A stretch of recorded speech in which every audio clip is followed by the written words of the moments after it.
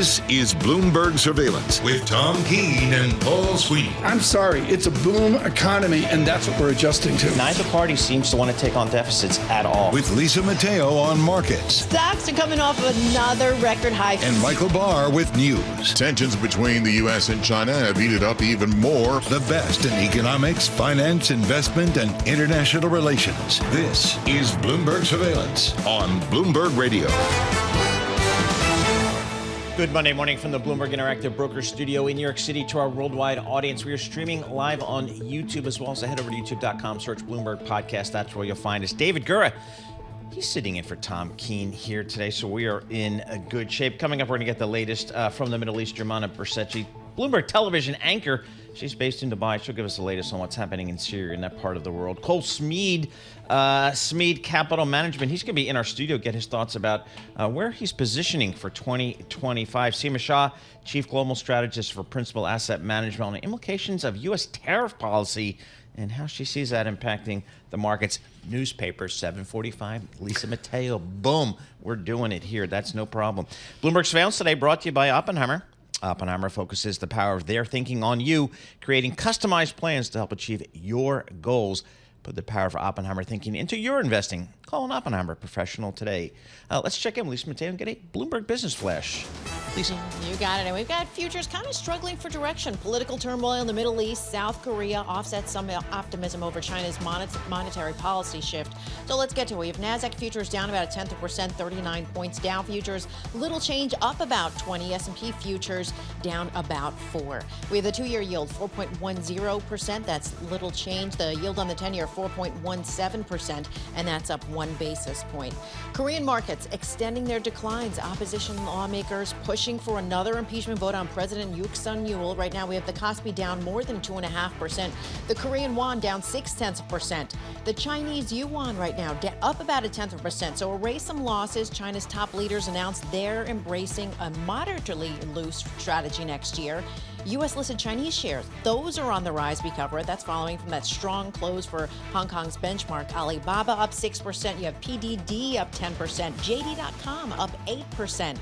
And let's get to those NVIDIA shares. They're lower. They're down nearly 2%. A report that China probing the company on suspicion of anti-monopoly law breaches. And finally, big deal-making news. The deal could create the world's largest advertising company. Sources telling the Wall Street Journal, Omnicom Group advanced talks to acquire Interpublic Group, which has shares of Interpublic. That's up about 11%. Omnicom is down about 5%. That is your Bloomberg Business Flash. Paul and David. All right, Lisa Mateo, thank you so much. We appreciate that. David Gura sitting in for Tom Keene. I'm Paul Sweeney. We're live here in our Bloomberg Interactive Broker Studio. We're streaming live on YouTube as well. So head over to youtube.com, search Bloomberg Podcast, and that's where you'll find us. Some more geopolitical news over the weekend coming out of the Middle East, David. And with Syria, Bashar al-Assad has fled to Moscow after rebels advanced on Damascus, marking the end of his 13-year rule in Syria. What does it mean for Syria? What does it mean for the Middle East? Joumanna Bercetche joins us. She's the anchor for Bloomberg Television. Joumanna, can you put into context for our listeners, our viewers here, what is happening in Syria? Yeah, it's truly unbelievable scenes. You mentioned 13 years. Obviously, that is 13 years since the beginning of the civil war. But the Assad dynasty, and here I'm talking about the father, Hafez al-Assad, his son, Bashar al-Assad, who took over early 2000s. They've been around since 1970. So if you think about it, most people alive today do not know a Middle East that did not have the Assad regime at the helm of Syria. And of course, they ruled with a very a heavy thumb. It was essentially a totalitarian dictatorship. They were the only political party that was allowed. Political dissent was not allowed. And now you're seeing these images of jubilation from Syrians inside and outside Syria, really celebrating the end of what is known as, and what was, a very brutal regime that imprisoned many prisoners for political reasons, and really pursued a government of oppression and repression. So On one side, there are lots of scenes of jubilation. Now, on the other side, of course, this is the Middle East. And the big question here is what happened next in terms of who takes over, but also in terms of all of the countries that had a vested interest for whatever reason. And here I'm talking about the likes of Iran, about Russia, about Turkey, about Israel, about all of the countries neighboring Syria that have a vested interest in what happens next with this country. Well, let's talk a little bit about that. And you bring up the dynamic involving Turkey. I think about who the U.S. has backed in this conflict as well. Yeah. And I wonder how you see this playing out. A lot of people are bringing up what happened in Iraq, for instance, or Libya after the deposition of those leaders there. How much is that a good analogy as you see it? And sort of how might this play out going forward? This is a country with a lot of disparate groups, and I think hopes for democracy might be waning here as we watch all of this come together. So you're going to hear a lot about a guy called Mohammed al-Jolani, that is the leader of the rebel group, the main rebel group, HTS, Hayat Tahrir Sham, who were leading the offense into Damascus the last couple of days. And one thing to note about him is he sort of rebranded himself. He's actually changed back to his normal name, Ahmed al-Shara. That's the name that he wants to be known by, but also is trying to rebrand the group, the militia group itself. It obviously has its foundations with Al-Qaeda. What he's been trying to do over the last couple of months is distance himself and the group from any Al-Qaeda affiliations. Is, by the way, very important to mention, they're still labeled a terrorist organization by the US and other countries as well. This is the HTS, the main group that just toppled Assad. And so, yes, there is a lot of consternation about what this group is actually going to do. But then the second element to note is it was actually quite peaceful. So they stormed into all of these cities, but not a lot of damage was wreaked. There wasn't a lot of bloodshed. There wasn't a lot of exchange or battles or exchange of fire on the battlegrounds. And actually, in the end, Assad just fled to Russia, per Russian state media. And so the handover so far has been somewhat of a peaceful transition, but it's what they do with that power and whether or not this one group, HTS, is going to manage to get the support of all of these other rebel forces that happen to be present in the country. You mentioned ISIS as well. Very small representation there, but still, if these small extremist groups see a window of opportunity or a vacuum, I think that will be the major concern for the likes of the US, obviously, who've been pursuing an anti-ISIS policy in the region for over a decade now. So, Joumanna, what do folks in that part of the world think the U.S. response will be, should be, under President Biden, under President-elect Trump? Is there an expectation of that the U.S. will play some role going forward? We were speaking to some analysts on the show earlier today, and they all had the same view, which is that the U.S. or President Trump himself, given his post over the weekend, may not want to be involved in Syria, but unfortunately for him, he will have to be involved in Syria simply because of its strategic importance and because of all the players that we listed are involved in Syria. As for the U.S. troops, there are about 900 troops positioned in the northeastern part of Syria. That is the Turkish enclave. And they're stationed there because, again, that is where they have been fighting some of these ISIS forces. So that group, the Free Syrian Army, as they know, the Kurdish group, are closely aligned to the U.S. Enter President Erdogan from Turkey. His concern is the number of refugees that have been flooding into Turkey since the beginning of the Syrian civil war. It's more than 3.5 million. The political point is closely watching what is happening with the Kurdish enclave on the border. Does not want to see that region become an autonomous breakaway region like what happened in Iraq. And so the reason I bring this all up is there are going to be a lot of discussions, negotiations going on vis-a-vis the future of Syria, not just in terms of Damascus and governance, but also these other regions as well, which for Turkey are very important. I want to ask you lastly just about a column that John Authers, our colleague, wrote this morning. I thought it was fascinating, and I think a question a lot of listeners will be asking is, how does this affect me? Why is this so important? I look at Syria. It's not an oil-producing nation, for instance. And he writes it could be a great litmus on the state of Russia today and the power that Russia has and President Putin has in particular. And so you talked about kind of the 13-year civil war. This lasted a long time until it didn't. Things really accelerated here over these last 2 weeks. But it might point to some weakness on the part of Russia, of Iran as well. And I wonder if you could just talk a bit about that, kind of the broader geopolitical implications of this and sort of what it might tell us about these proxy governments who've been involved in this fight for so long? Yeah. So one thing I want to bring up is the rebels actually started their offense the day Lebanon and Israel signed a ceasefire. I don't know if that was a coincidence, but still, they sensed the window of opportunity there. And I think the analysis in the region suggests that what is trying to be done here is to effectively block off the corridor that was Syria, that allowed for the transport of weapons from Iran into Iran's ally, the militia Hezbollah in Lebanon. And Syria was seen as a key corridor. So number one is they want to limit the amount of arms and weapons and fighters that have been transported through Syria over the last few years, even drugs, by the way. There's a big narco trade that people don't really talk about. The second thing is chemical weapons. Today, there were some reports suggesting that the IDF had targeted a chemical weapons facility within Syria. So you want to keep an eye on that and dismantling Syria's full chemical weapon warehouses. And then the third point, what you were saying about Russia, they do still have a couple of bases, an air base and a naval base on the Syrian port, but it's less relevant for them. And likely what people are saying is they're going to use the Syria negotiating point as a tactic to get more concessions on the Ukraine discussions. And of course, they've been embroiled in the war there for several years now. All right, Joumanna, thank you so much for joining us. Joumanna Bercetche, great reporting there. She's anchor for Bloomberg Television. She's based in Abu Dhabi, giving us the latest coming out of Syria with our news in New York City. Here's Michael Barr. Thank you very much, Paul, David, and Lisa. Russia media says ousted Syrian leader Bashar al-Assad has fled to Moscow and received asylum from his longtime ally. It comes hours after a stunning rebel advance swept into Damascus to cheers and ended the Assad family's 50 years of iron rule. President Biden reacted to the rebels toppling Assad's regime. The fall of the regime is a fundamental act of justice. It's a moment of historic opportunity. Meanwhile, Syrian rebels freed prisoners from Assad's notorious dungeons. President-elect Donald Trump gave his first network TV interview since his election win. Trump says one of his first days in the priority of taking the office will be issuing pardons to the Capitol rioters on January 6, 2021. I'm going to look at everything. We're going to look at individual cases, yeah. Okay. But I'm going to be acting very quickly. Trump spoke on NBC's Meet the Press here at Sundays on Bloomberg.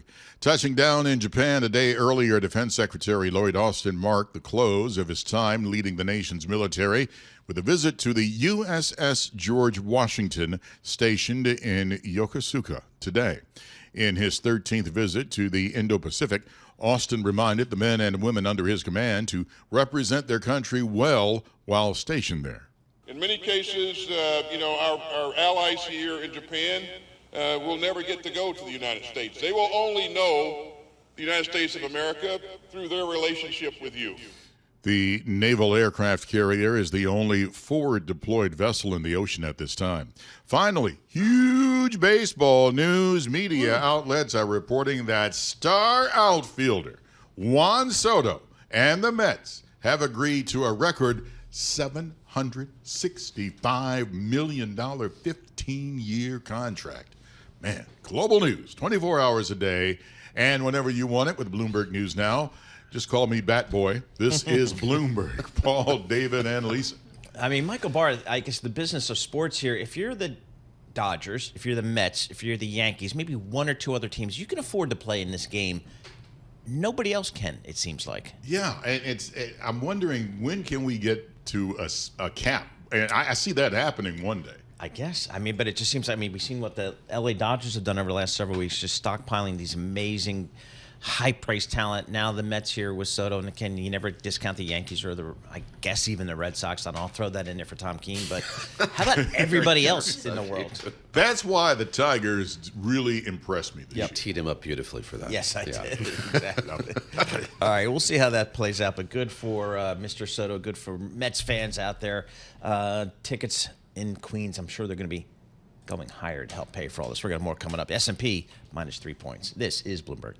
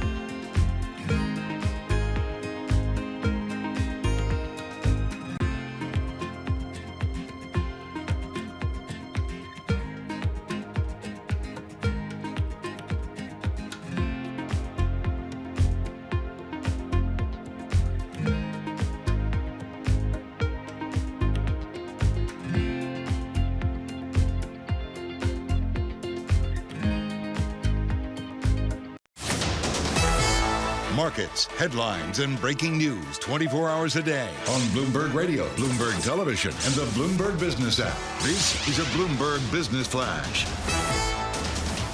From the Bloomberg Interactive Broker Studio, I'm Lisa Mateo. We've got little movement in futures, and this is after stocks extended their record-breaking run on Friday following jobs data that increased bets on a December rate cut from the Fed. We'll head over to the NASDAQ futures, down about 0.1%, 35 points. Dow futures, little change, down 4. S&P futures down 4 as well. The 2-year yield, 4.10%. That's little change. The yield on the 10-year, 4.16%, and that is little change. To commodities, oil rose after the toppling of President Bashar al-Assad's regime. We have Brent crude up more than 1% at $71 a barrel. WTI crude at $68 a barrel. Spot gold up nearly 1% at $2,657 an ounce, and the Bloomberg Dollar Spot Index is little changed. We get more inflation data due out this week. The November Consumer Price Index Wednesday, producer prices Thursday. Today, well, it's a read on wholesale inventories. That comes out later this morning. And shares of Super Microcomputer up 8%. The company given more time to become compliant with NASDAQ listing rules. Shares in Apollo Global Management, Workday rallying. They get set to join the S&P 500 on December 23rd. Apollo up about 6%. Workday up 9%.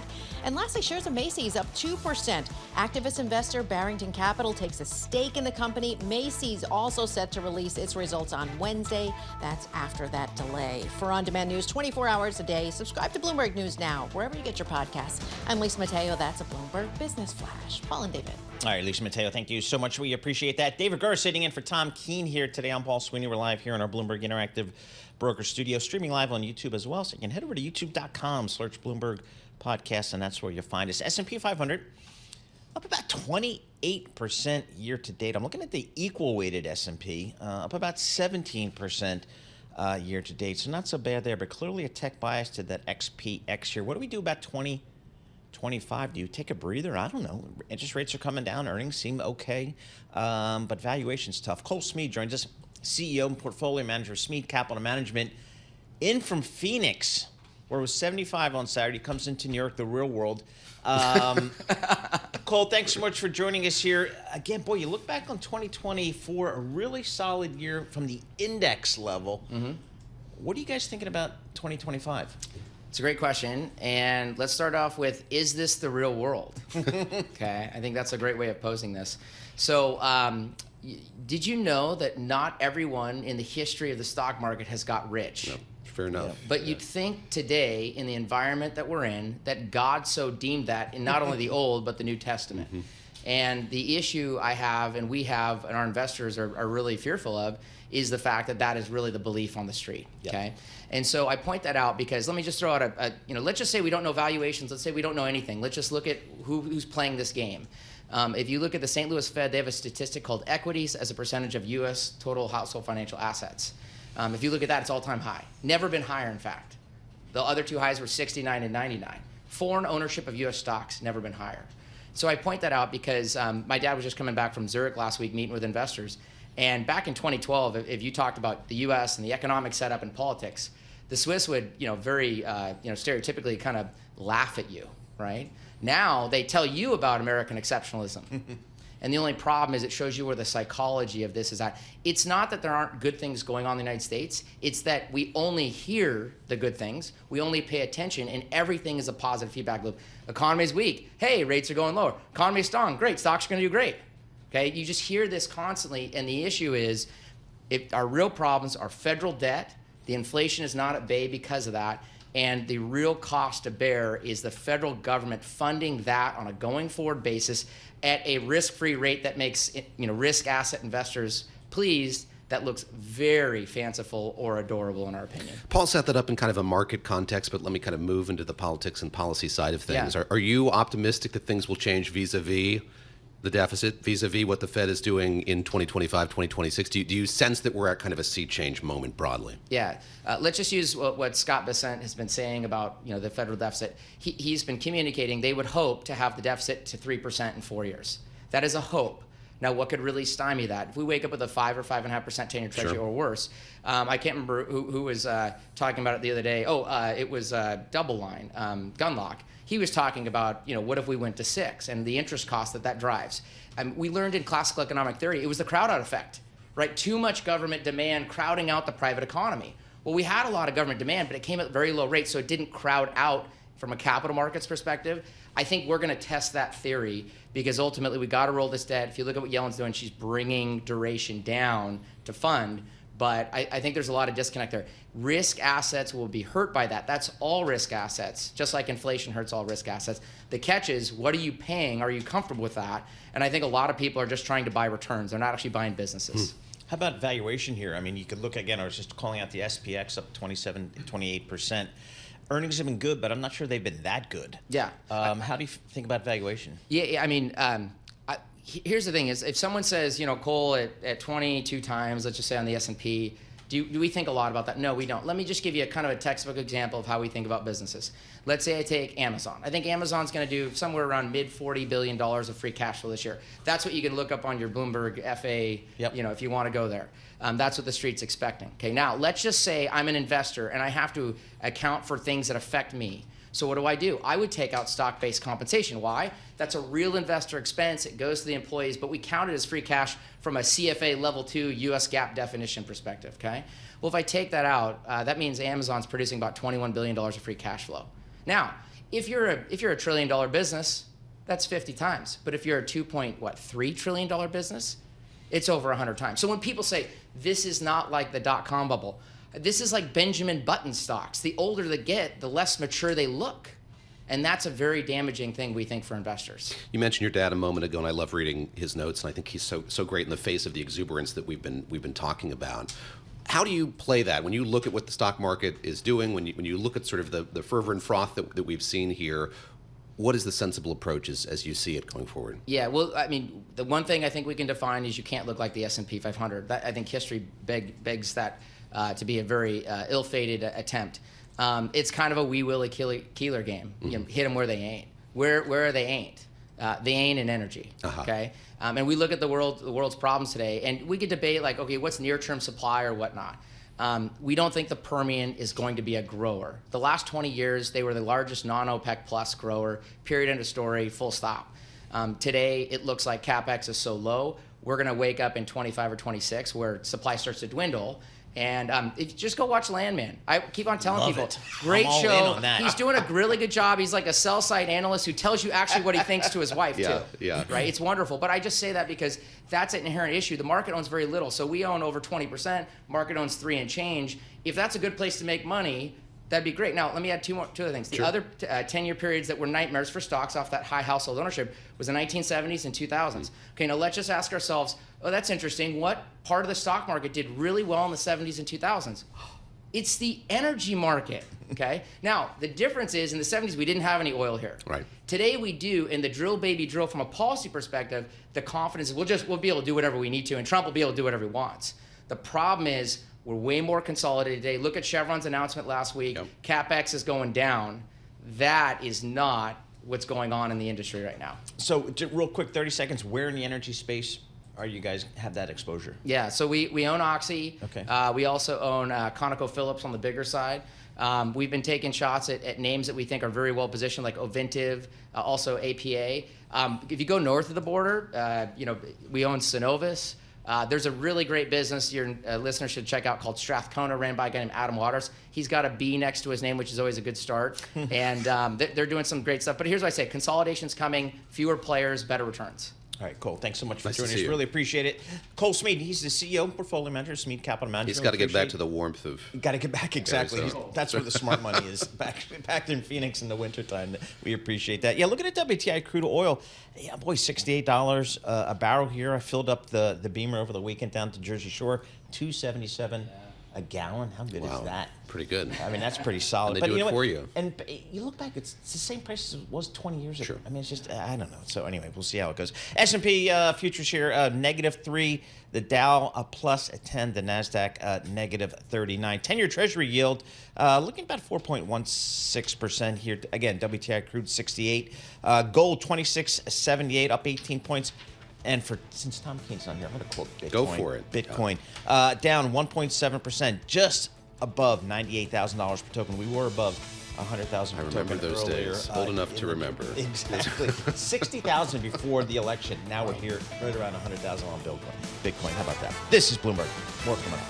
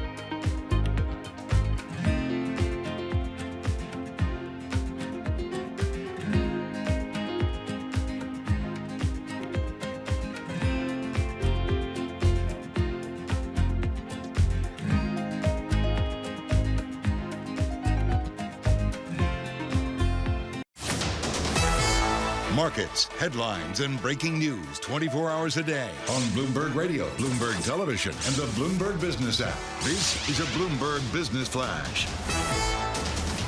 From the Bloomberg Interactive Broker Studio, I'm Lisa Mateo. Futures, well, little movement this morning. This is after the S&P 500 notched its 57th closing record in 2024. This year's surge approaching 30%, the benchmark on pace for its best annual return since 2019. Oppenheimer sees the S&P 500 hitting 7,100 by the end of 2025. Citi said its base case target is 6,500. Let's check in with S&P futures. Little change, down about a point right now. We have Dow futures, little change, up 13. NASDAQ futures down about 0.1% or 34 points. The 2-year yield 4.10%. That's a little change. The yield on the 10-year 4.17%, and that's up 1 basis point. The Bloomberg Dollar Spot Index is little change. Few companies making news. Volkswagen, its workers, well, they went on strike for the second time this month, protesting planned factory closures and also layoffs. And shares of HelloFresh trying to rebound after falling the most since August. They're now up about 0.1%.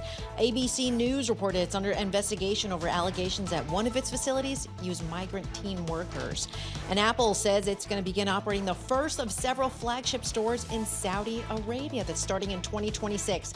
And just a quick check back in with shares of Nvidia. They're down more than 1.5% after that report that China probing the company on suspicions of anti-monopoly law breaches. That is your Bloomberg Business Flash. Paul and David. All right, Lisa Mateo, thank you so much. We appreciate that. David Gura sitting in for Tom Keene here this morning. I'm Paul Sweeney. We're live here in our Bloomberg Interactive Brokers Studio, and we are streaming live on YouTube as well. So head over to youtube.com and search Bloomberg Podcast, and that's where you'll find us. David, looking at the news on the Bloomberg terminal, Israel says it struck chemical weapons storage sites in Syria. The strikes were a response to the fall of President Bashar al-Assad and the rise of opposition groups. So they're, I guess, concerned about some of these sites falling into extremist hands. The U.S. also struck more than 75 targets in there. So it seems like the uncertainty continues to grow in that part of the world. So let's get to the latest reporting. Ross Matheson, news director for EMEA for Bloomberg News, joins us. Ross, there seems to be a lot of moving parts going on in Syria. We're seeing the U.S. Again striking into that part of the world as well as Israel. What's the latest reporting coming out of Syria? Well, at the moment in Syria, the big question is who's going to be running Syria now that Assad has shot up in Russia with his family. It's really in a state of flux there.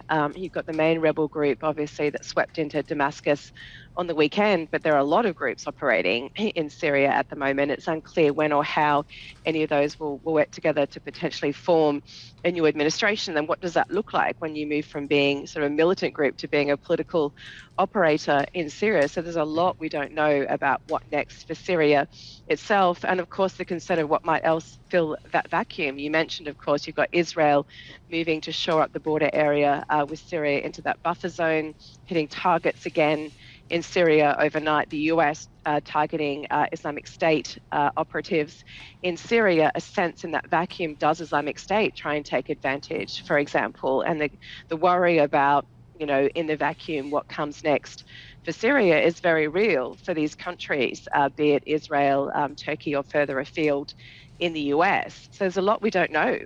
Assad, obviously, with his family, the Assad family ruled for decades, very repressively in Syria. But when you remove a family that's been in charge for decades, what comes next?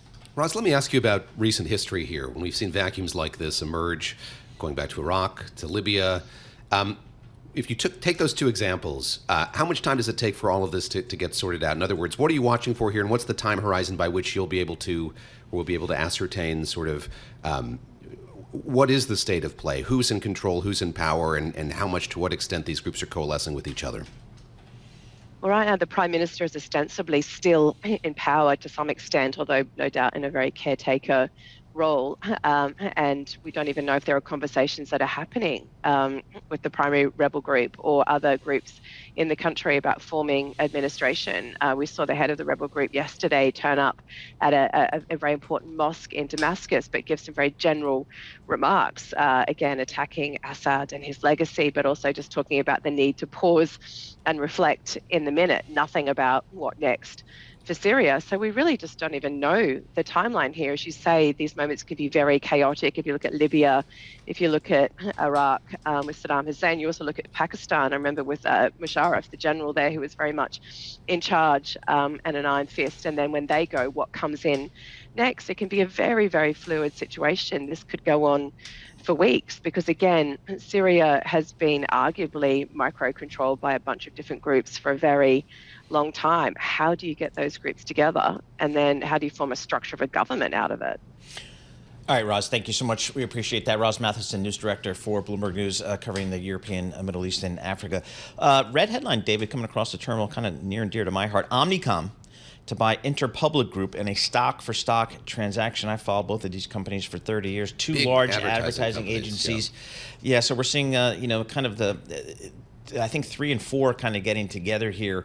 They will now become the largest global advertising agency, displacing WPP Group as the largest advertising agency. And it just kind of goes to kind of some issues here about global advertising and the rise of digital advertising and kind of the displacement of some of the traditional advertising medium, whether it be broadcast television, cable television, that type of thing. So a big move in the media space there today. You talk about some of those pressures. I mean, this has been going on for a while now. Talk a bit about sort of what's been, you mentioned you covered them, what's been motivating this and sort of how well equipped these companies are, this new kind of single company will be to navigate the kind of uncertainty they've been facing, just kind of looking at that media landscape that we're looking at today. It's really reflected the rise of digital advertising platforms, Google, Facebook, Amazon.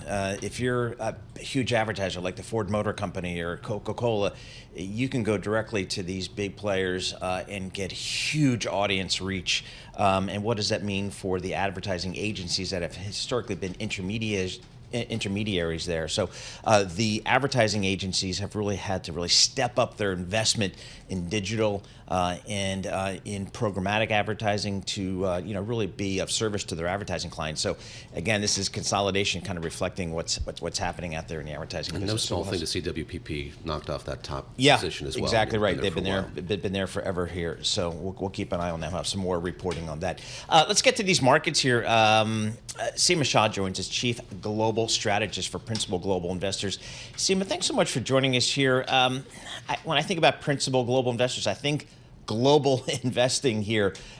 As you guys step away and think about 2025 from a global perspective, where do you start for next year? Good morning. Yeah, I mean, look, I think that's the key question. I was in the US last week. The question marks is around, how much can US exceptionalism really continue? But equally, what are tariffs realistically going to do to the global economies? Where does Europe fit into this? What's going to happen to China and therefore what's happening to emerging markets? So there's a lot of questions out there. There seems to be some consensus that next year is going to be a fairly constructive environment for risk assets. But a lot of that is centered on the US. Bigger question marks around the rest of the world and how they cope with the various challenges, which are actually emitting directly from the US.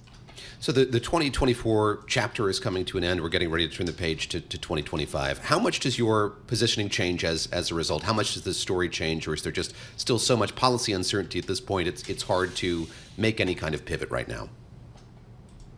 Well, I think there is a lot of policy uncertainty, as you said, even with regards to, we always talk about Fed policy, but even with regards to government policy now in the US, big question marks on that. But overall, I don't think our positioning has changed that much. We still think this is a constructive environment for risk assets. So it still means being overweight equities, still being overweight US equities, because that's the part of the that global backdrop which continues to perform particularly well. And then still staying quite underweight Europe. I think the last couple of days with the France agenda has probably reinforced that narrative of US over Europe. We need to see how China's going to respond. So we've already heard a couple of constructive comments, but really how far does that go? I do think that with valuations as cheap as they are in many parts of the world, you don't need to see too much good news in order to trigger some kind of upturn. And the question marks we're getting a lot from clients at the moment is, yes, the environment looks pretty good from a macro perspective, but valuations are so rich that where genuinely are the opportunities going forward? So a bit of good news globally, and you could see some movement there. Seema, we're just a little bit more than a month on from the U.S. presidential election here in the U.S. When you guys got together with your team right after the election, did you change your outlook at all to reflect a Republican in the White House, a somewhat superiority for the Republicans in the House of Congress. Anything change?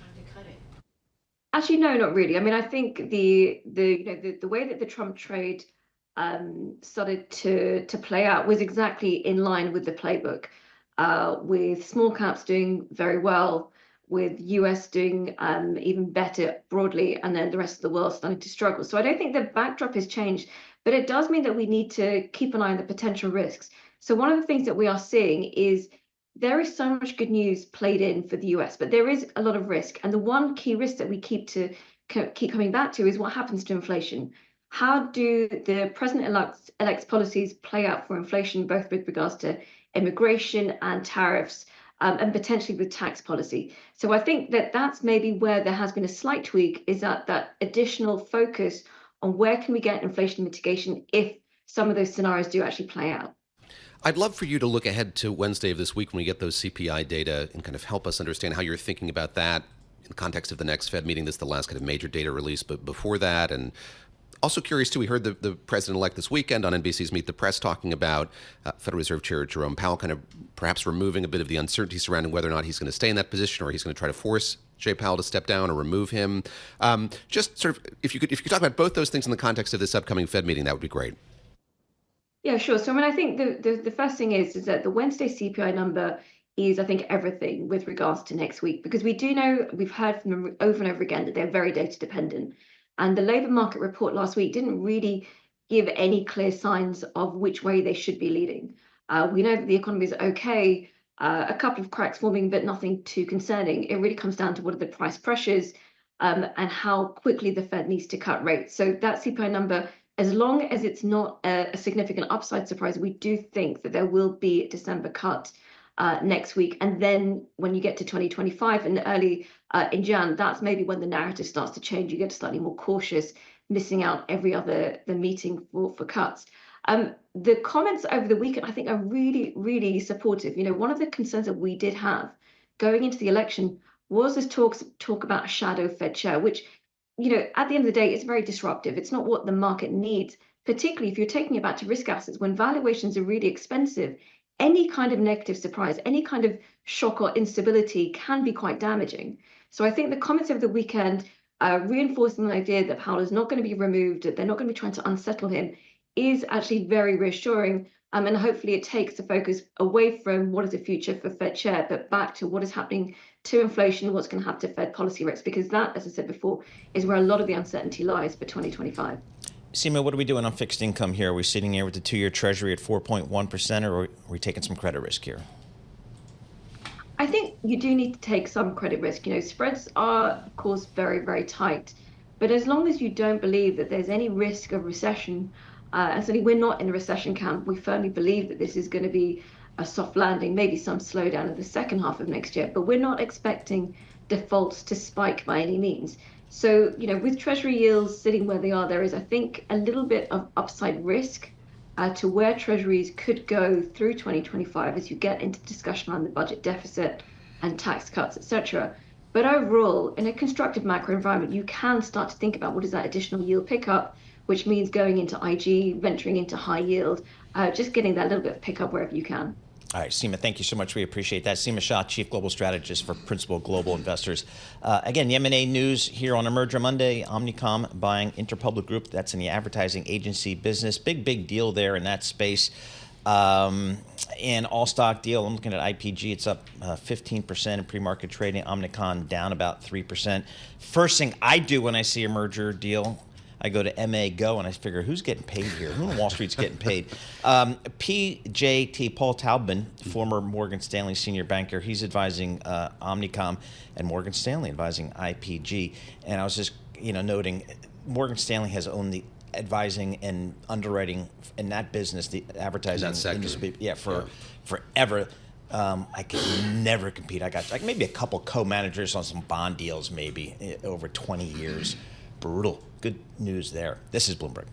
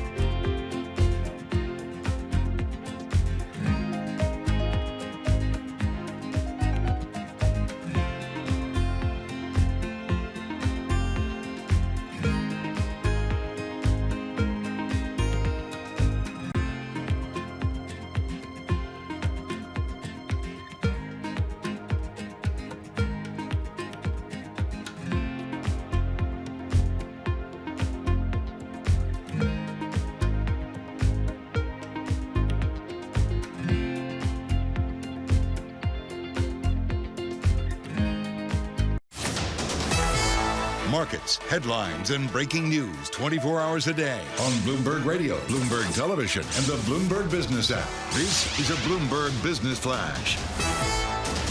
From the Bloomberg Interactive Broker Studio, I'm Lisa Mateo. Little movement in futures. This as investors focus on an upsurge in geopolitical risk, also the outlook for interest rate cuts as well. So we have NASDAQ futures leading the downfall, down about 0.2%, 44 points. S&P futures, little change, down about 4. Dow futures up about 3 points. The 2-year yield, 4.11%. That's little change. The yield on the 10-year, 4.17%. That's up 2 basis points. To commodities, oil on the rise. Brent crude up more than 1%. That's after the toppling of the Syrian regime. Right now, that's at $71 a barrel. We have WTI crude at $68 a barrel. Spot gold higher at $2,653 an ounce. The Bloomberg Dollar Spot Index is little changed. EV stocks, those are on the rise. Well, the reason why? The China Passenger Car Association, it said car sales rose sharply in the country last month, with Tesla actually selling more than 78,000 vehicles. Shares of Tesla up more than 2%, Rivian up 3%, and Lucid up 2%. And shares of Advanced Micro Devices, they're down about 1%. That's after a downgrade at Bank of America.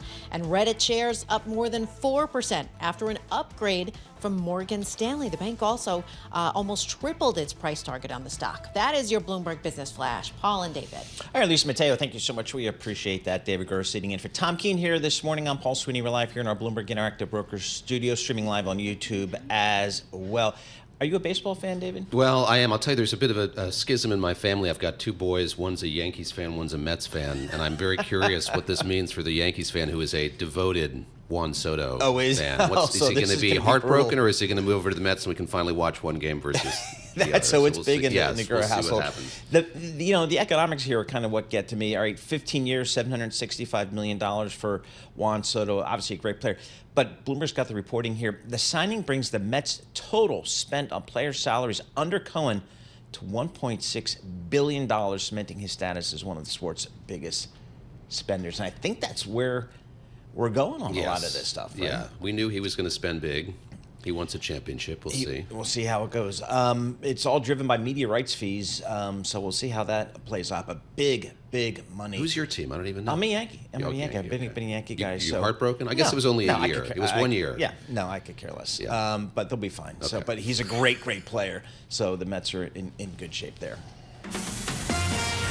Now, a look at the front pages. What's making news around the world? Your daily roundup of today's headlines from major publications. Your daily look at the front pages around the world. That's brought to you by Oppenheimer. And Oppenheimer focuses the power of their thinking on you, creating customized plans to help achieve your goals. Put the power of Oppenheimer thinking into your investing. Call an Oppenheimer professional today. Lisa Mateo, newspapers. What do you have for us today, Lisa? Okay, so this is the management top 250 ranking. Microsoft actually has been dethroned from that annual list. This year, 842 companies. They were graded 5 categories. Unseating Microsoft for the #1 spot is, I don't know if you have any guesses, but it is Apple. Yeah, I kind of guessed that. Microsoft held actually that top spot for the past 4 years. So if you look at the top 4, then you have NVIDIA, followed by Microsoft, and then there's Intel. But 2 other tech companies actually, they scored in the top 10. You have Alphabet and Adobe also in there. But 4 non-tech companies also in the top 10, like MasterCard, Philip Morris, Johnson & Johnson, Procter & Gamble too. But yeah, Microsoft has been dethroned from that annual list. I wonder how they rate them, rank them, stock price performance, financial returns. Do people like working there? I don't know. But it's interesting. So there are a lot of technology companies. Yeah, a lot of tech companies. Healthcare at the bottom of that list. Oh, no. Looks like. Is that right? So, anyway, that's where we are. I don't know. See, I'll bash healthcare companies for the high cost of drugs, just like anybody else. But boy, in the pandemic, they came through big. I mean, a year after they come out with the vaccines. How about that? And it seems like this may be telling the story of that, how well they did then, and now where we are, and sort of how the things have ebbed and flowed a little bit. Yeah, exactly. All right, what's next? Okay, Mayor Eric Adams from New York City being criticized for his administration picks to run that downtown Manhattan heliport, the one that we have here. The Post actually has this. They explain why, because they say the administration chose 2 foreign firms to run that heliport. It's actually owned by the city. And it has a lot of national security circles worried because says the president's Marine One chopper uses I've seen it. This, yeah. Yeah, and then U.S. military, federal law officials use it as well. I didn't know that was city-run. It is it's city-owned. Yeah, city-owned heliport. City-owned, So okay. it's the Economic Development Corporation. So they chose, it's downtown Skyport. That's a partnership between Skyport's Infrastructure, a UK-based firm. And then they chose France's Group ADP that operates Paris's 3 airports. So both companies, they replaced Saker Aviation, that was before it. But they're just saying that, a lot of information is given there. And then you have foreign companies kind of running it. So they're saying that could be a red flag. My eye goes to this. The current operator faced controversy last year after it was revealed that William Wachtel, chairman of the board of Saker Aviation, is law partners with Morris Misri, a board member at the EDC. So I think that's what precipitated this. Yes. I don't know. A little conflict of interest there. Just a bit. I don't fly a helicopter. You haven't? No, so only on rare occasions are you flying in from New Jersey. On Well, the the thing they're saying, because a lot of people complain about the noise in the Yes. area from all There the are a lot of them. helicopters. Yeah, so the thing that they said was downtown Skyport, they actually developed the use of quieter electric vertical takeoff and landing aircraft, so maybe that could help out. But yeah, still some concern there, though. Okay. So this next story, I'm not sure, Paul, I know you Yes. haven't been on a Disney No, cruise. I have been on a Disney. You have? So this On is the what we Disney did. cruise? For analyst investors, they would take you, when you fly out to LA the one time we did it out of Miami, and they take you out for like an overnight, and then you come back in.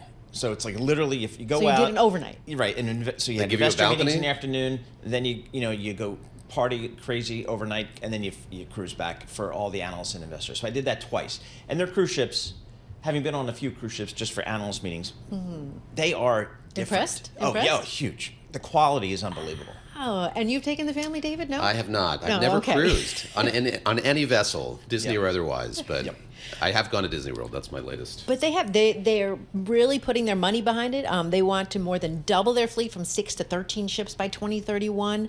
But it's a good time for it, right? You have cruise travel surpassing pre-pandemic levels. You have these bigger ships, big amenities, rising international fares. So people say, you know what, it's cheaper for me to take a ship at a port by us instead of booking the whole international fare. But they do cost more than, let's say, Royal Caribbean or Carnival. That's the other thing. But a big focus is actually, this was interesting, this was on the Bloomberg, is the Asian market. Yep. Because they don't have those They theme haven't been there parks. yet. Yeah, so they book those trips. They're launching Disney Adventure. It's the biggest ship yet. It holds up to 6,700 passengers, and tickets go on sale starting tomorrow for that, a year in advance. Wow. And Out in of the Bloomberg Singapore. terminal, they've got this yes. rendering. The thing is just massive. They already seem so like even just around New York. If you look in Brooklyn or on the West Side, they're so huge as it is. I can't imagine them being twice as big as. Yeah, It's great. I mean, I was That's a actually lot of taking the people. ferry from the east side, Manhattan, down to the Jersey Shore a couple weeks ago, and I'm just looking at my phone. I happened to just look up, and we were passing a cruise dwarfed. ship that blocked out this entire sky. Like, I noticed I was looking at my phone, and then it got Where'd the dark sun inside go? our Yeah. little ferry. And it's like, so anyway, Charlie Pellet is our resident Yes. cruise person. So if you need any I wonder if he's been on the tidbits. Disney one. We're going to have to ask him. Exactly. We'll see about that. And finally, the end of the era. Taylor Swift's concert tour closes. Record-breaking ticket sales. Hit it, Ken. I'm in the room. It's a typical Tuesday night. Thank you, Ken. Love it. Taylor Swift. Okay, boosted the local economy, but now her touring company is telling the New York Times there is a price behind this, okay? It's through its 149th final show, which was in, Vancouver, British Columbia on Sunday, sold just over $2 billion $2 billion. in With a B. ticket sales, with a B. Double the gross ticket sales of any other concert tour in history. It's crazy. Did you see a show on the tour? No, I didn't have either. not seen. My daughter did. Oh, she did? Yep. Oh. But she couldn't get tickets she lives here in the city, couldn't get tickets to any of the without New York City question. shows. Yeah. So took a train down to Philadelphia, got a hotel room overnight, ate a couple meals in Philadelphia, and saw the show down in Philadelphia, giving probably $500 or $750 of economic value to the city of Philadelphia. So I think it's definitely a real thing at concerts. Have a huge effect. And then, I didn't see a show, but we saw the movie. I know there's all those knock-on things as well, because there was that, and the books movie, and all of that. the book, the pact with Disney to stream the thing, Disney Plus. I mean, that's not even including that. So yeah, she's been a powerhouse for sure. All right. Newspapers, Lisa Mateo, thank you so much. We appreciate that. More T-Swift. Good morning. bleachers, dreaming about the day when you wake up and find that what you're looking for has been here the whole time. If you could see that I'm the one who understands you, been here all along, so why can't you see you belong with me? You belong with me.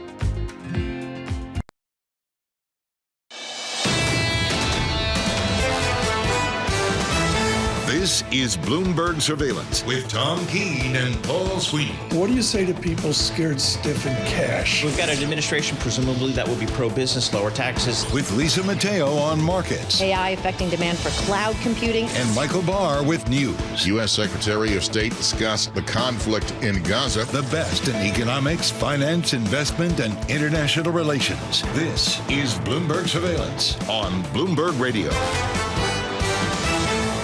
All right, coming up in this hour, we're going to check in with Mark Champion, Bloomberg opinion columnist, talk about his column, arguing why Western allies ought to intervene after the collapse of the Assad regime in Syria. Callie Cox joins us. She's Chief Market Strategist for Ritholtz Wealth Management.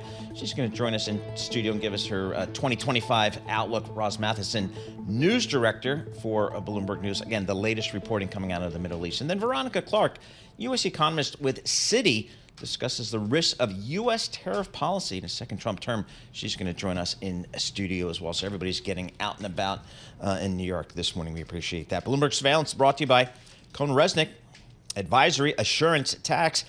Discover optimization strategies that are helping CFOs make their finance function more competitive and resilient. Talk to Cohn Resnick's advisors. Let's get a Bloomberg Business Flash this morning with Lisa Mateo. Lisa.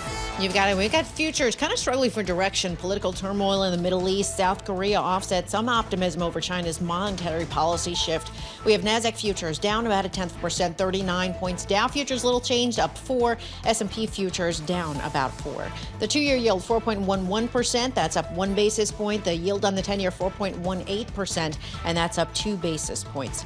Korean markets extending their declines. Opposition lawmakers pushing for another impeachment vote on President Yoon Suk-yeol. Right now we have the Kospi down more than 2.5%. The Korean won down 0.6%. The Chinese yuan up 0.1%. Kind of erase those losses. China's top leaders announced they're going to embrace moderately loose strategy next year.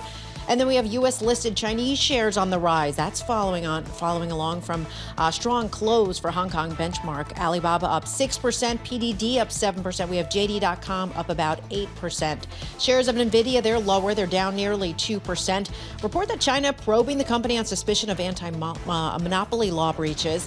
And yes, it's official. Omnicom Group agreed to buy Interpublic Group. It's a stock-for-stock transaction that has shares of Interpublic up about 14%. Omnicom up down about 3%. And this headline just crossing the Bloomberg right now. Novalex to buy Pactiv for $18 a share in cash. That is your Bloomberg Business Flash. Paul and David. All right, Lisa Mateo, thank you so much. We appreciate that. David Gura sitting in for Tom Keene and Paul Sweeney live here in our Bloomberg Interactive Broker Studio, streaming live on YouTube as well. Just following, I'm seeing the full reporting here on Bloomberg News on this Omnicom to buy Interpublic to create the largest ad agency. Will have a combined revenue of over $25 billion, surpassing WPP as the market leader. The merger is seen as a response to pressure from tech giants and the rise of generative AI, which could replace creative work done by ad agencies. You think Don Draper, Mad Men. I mean, you can't replace Don Draper. Mergers were a thing back then, too. Exactly, exactly right. All right, let's get the latest coming out of Syria here. There's a very fluid situation, David. We've got plenty of Bloomberg reporting here. Now the question for a lot of folks is, what role, if any, should the U.S. and other Western allies, what kind of role should they play here in the reshaping of Syria in a very delicate part of the world? Mark Champion, a columnist for Bloomberg Opinion, suggests that Assad's flight demands West's engagement in Syria. Mark, thanks so much for joining us here. Again, very early days here of this news coming out of Syria. We're not even sure who's in charge here. What role do you believe the U.S. and maybe some of its Western allies should play, if any, in the new Syria? Right. Well, as you say, it's very, very fluid. So this could all end up in, more civil war, and nobody can really do anything, to be very frank. But assuming that the sort of initial, more kind of hopeful signs about HTS, this former Al-Qaeda linked group that has kind of taken control in Damascus, assuming that they continue to kind of moderate their stance, to work with the former Ba'athist officials rather than kill them, etc. Assuming that something can be done that is constructive. What we have now really is a situation in which Turkey is more or less in control, is the outside player with the greatest control, because they were the sponsors, facilitators of HTS across the border in Idlib province, across the Turkish border, and it's thanks to Turkey that they were able to provide themselves, etc. So the question really for the West then is, what's Turkey going to need? Turkey's going to have a number of issues with the U.S., for example, over the Kurds. Is not a great friend of Israel, but Turkey is going to need help. It wants to get the refugees. It has 3.6 million or more refugees from Syria in Turkey. It's a political problem for President Erdogan, and they want to get them back home. To do that, they're going to need economic development, reconstruction, etc., for which Turkey really doesn't have the money. And that is where Europe, the U.S. Can help, can have some leverage, and should get involved. Again, assuming that there is a kind of base scenario, a base situation in the country that allows anything to happen. Mark, you bring up the U.S., and I saw the president-elect's tweet or post on X over the weekend. Syria is a mess, he wrote, but is not our friend. And you write in your column about this notion of a post-American disorder, this happening sort of without direct American engagement. Of course, the U.S. has, 900 troops who are in Syria. At this point, we saw the campaign that President Biden authorized over the weekend, limited, very narrow campaign. How difficult will it be for the president-elect to sit on the sidelines here in the face of what you just described, these sort of countervening forces, the sort of dysfunction within Syria itself, all of these disparate groups? We have a president-elect who doesn't want to get involved. Is he going to be able to kind of maintain that tack going forward? He'll be able to. If he wants to withdraw U.S. troops, he can. There will be, a reckoning for the Kurds in that case. But what I think his administration will have to explain to him is that everything has a consequence. So, for example, Israel is very keen on supporting the Kurds. They are a relatively friendly force, stabilizing force as far in the Levant as far as Israel's concerned. Israel now will have significant worries about what this new Sunni Islamist regime is going to do when it comes to the Israeli-Syrian border. And that's why you see Israeli troops even going across the border at the moment, taking positions that the Syrian army has left, because they just don't want to take the chance of letting that fall, those positions be occupied by HTS and other groups. So everything that you do or don't do has a consequence. And the U.S. has ended up with this kind of very limited role in Syria.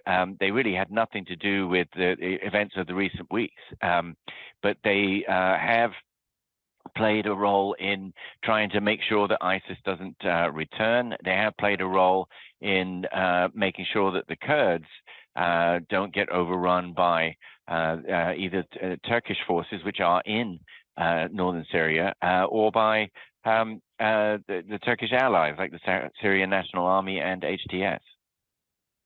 Mark, what do we know about what role, if any, Russia would like to play here? Because this is a black eye for Russia here. Do we know what their interest may be? Well, they will hope, I would think, to be able to,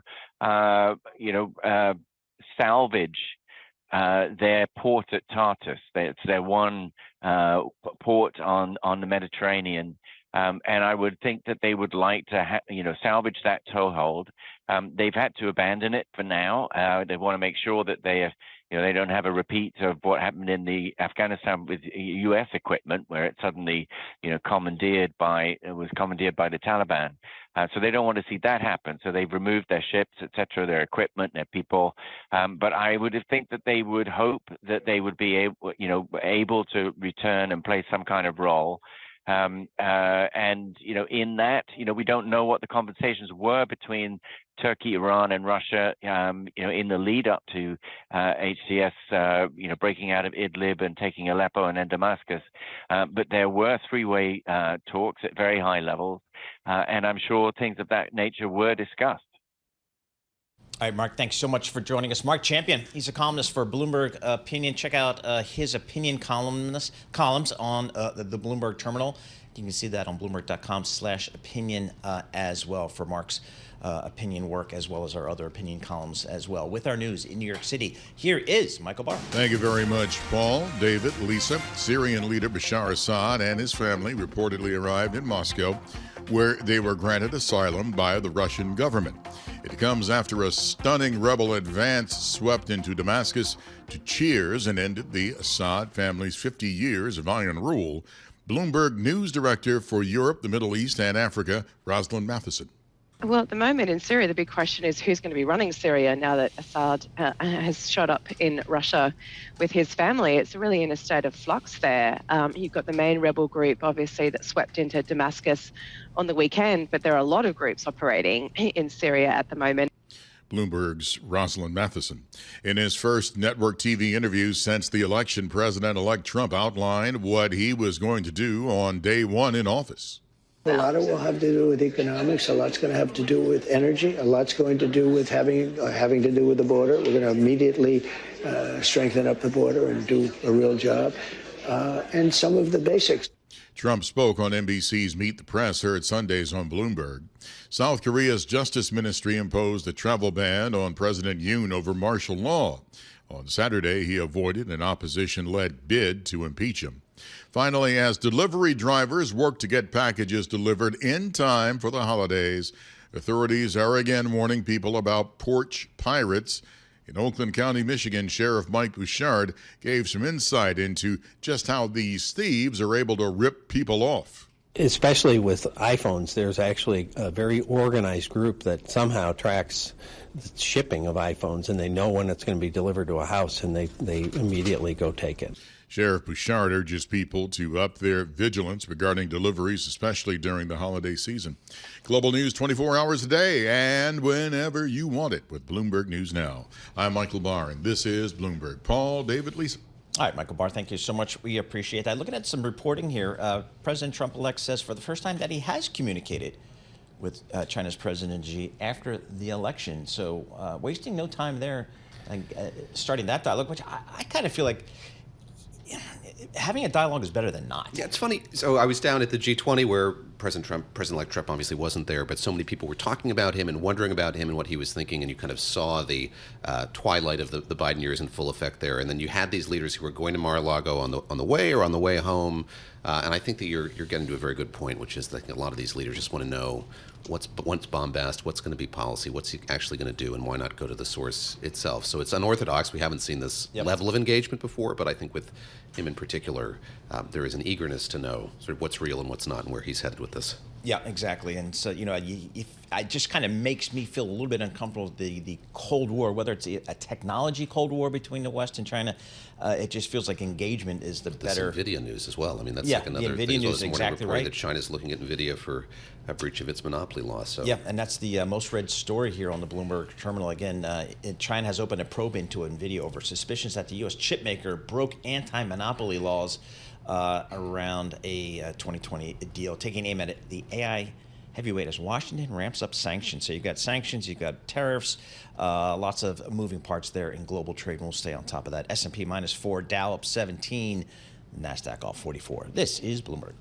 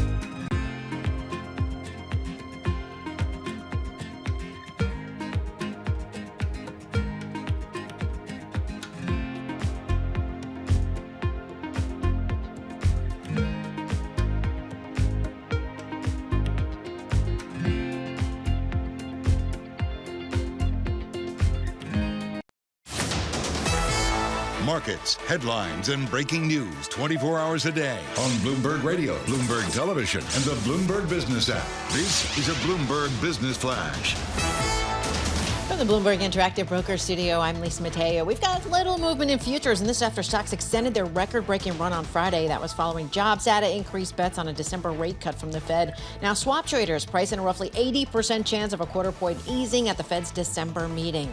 We'll head over to NASDAQ futures, down 0.2%, 44 points. Dow futures, little changed, up 18. S&P futures, little change, down about 4. The two-year yield, 4.12%. That's up 1 basis point. The yield on the 10-year, 4.18%. And that's up 3 basis points. To commodities, oil rising after the toppling of President Bashar al-Assad's regime. Right now, Brent crude up more than 1% at $72 a barrel. WTI crude $68 a barrel. We have spot gold at $2,656 an ounce. The Bloomberg Dollar Spot Index, little change, and we have Bitcoin down nearly 1.5% at around 98,000.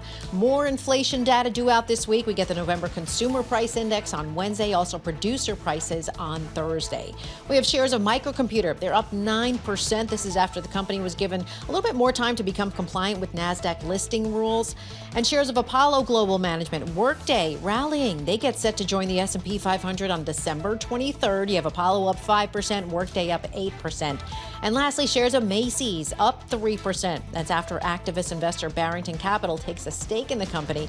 Macy's will release their results on Wednesday after that delay. For on-demand news 24 hours a day, subscribe to Bloomberg News Now wherever you get your podcasts. I'm Lisa Mateo. That's a Bloomberg Business Flash. Paul and David. All right, Lisa Mateo, thank you so much. We appreciate that. David Gura sitting in for Tom Keene here this morning. I'm Paul Sweeney. We're live here in our Bloomberg Interactive Broker Studio. We're streaming live on YouTube as well, so go over to youtube.com and search Bloomberg Podcast. University of North Carolina, Chapel Hill. That's where you're going to start with this. That's where I'm starting. Yeah. I mean, I love to. Nobody loves bashing Chapel Hill more than me, but it's true. They have a lot of smart people coming out of that place. Yeah, and a lot of them are employed here in journalism. I don't know what that's all about. I think they have a good journalism They have a great school. business journalism program in particular. All right, you tell me. I'll go with it. Callie Cox is one of them.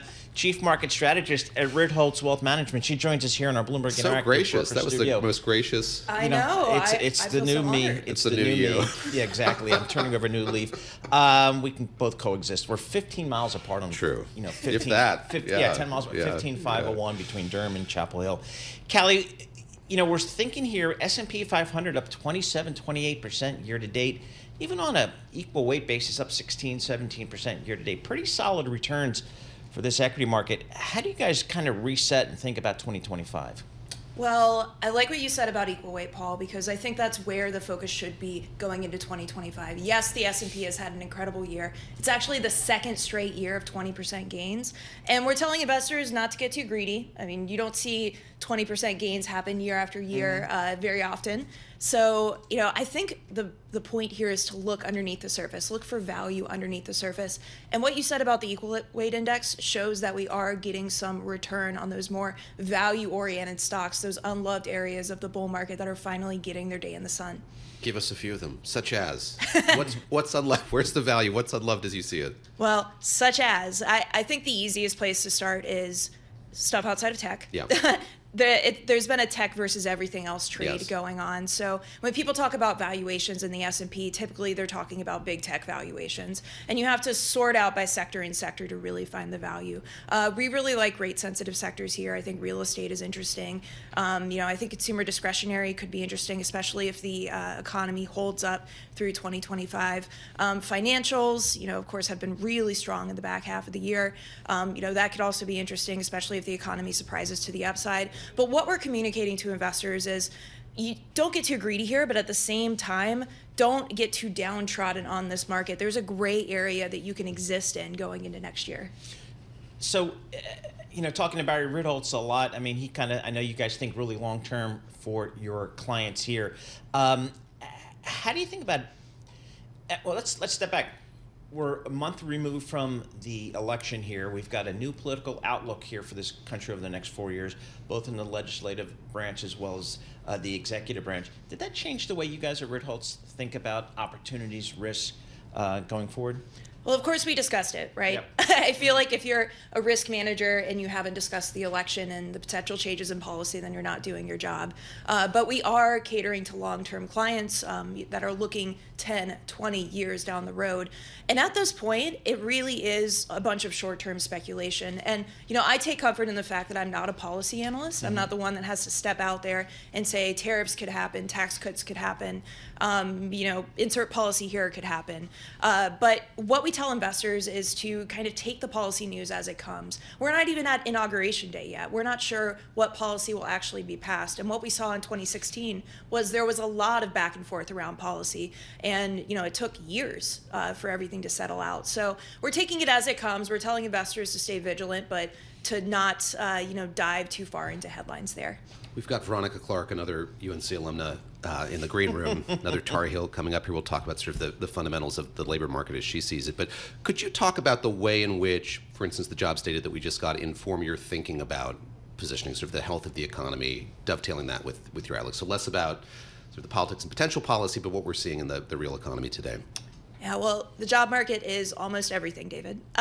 Americans in this capitalist machine that we live in, if Americans are making money and they're spending money, the economy most of the time is doing well. And that's what was proven to us over and over again in 2022 and 2023. So the job market is at a moderate, expanding at a moderate pace right now. Unemployment is rising, which is concerning. Luckily, it's not rising on the layoff side. When people think about unemployment, they think about mass layoffs. Mm-hmm. That's not happening. It's more so people entering the labor force and not necessarily finding a job so quickly, which isn't good, but it's not the worst news. So as we head into 2025, the job market has surprised us all. Corporate profits are growing, so hopefully that leads to more hiring. But this is the biggest concern for me. You see recessions and big market crises happen almost, in tandem with each other. So as we head into 2025, we're talking about the job market a lot. We're saying watch jobless claims, keep your finger on the pulse of the pace of hiring and use that to guide you when it comes to the economy and to what the Fed does. How about valuation? How do you guys think about valuation these days in this marketplace? Because again, just on the SPX up 26, 27%, I'm not sure earnings have grown that fast. They haven't, but people expect them to grow that fast in 25, and I'm not sure how to feel about that. But when we talk about value in our minds at Ritholtz is the great equalizer. You know, markets over the long term balance out toward value. So we try to emphasize, you know, focusing on value, especially in markets like these where there are pockets of value, but then also pockets of, you know, expensive stocks that people are talking about, right? Pockets of expensiveness, if that's a word. So, you know, value is a big, you know, priority for us when we're thinking about investments at Ritholtz, and we still think there's a lot of value in this market. Can I ask you lastly just about buybacks? I'm very uninformed on all of it, but I see that we're heading for another record here, and obviously this is a time of year when there are a lot more of them. How is that affecting the market? What does that say to you about the health of the markets, the quantity of buybacks that we're seeing from companies? Well, I'm going to put my analyst hat on Please. and say if you own a stock and your stock is doing a buyback, then that's probably the best outcome for you from a tax perspective.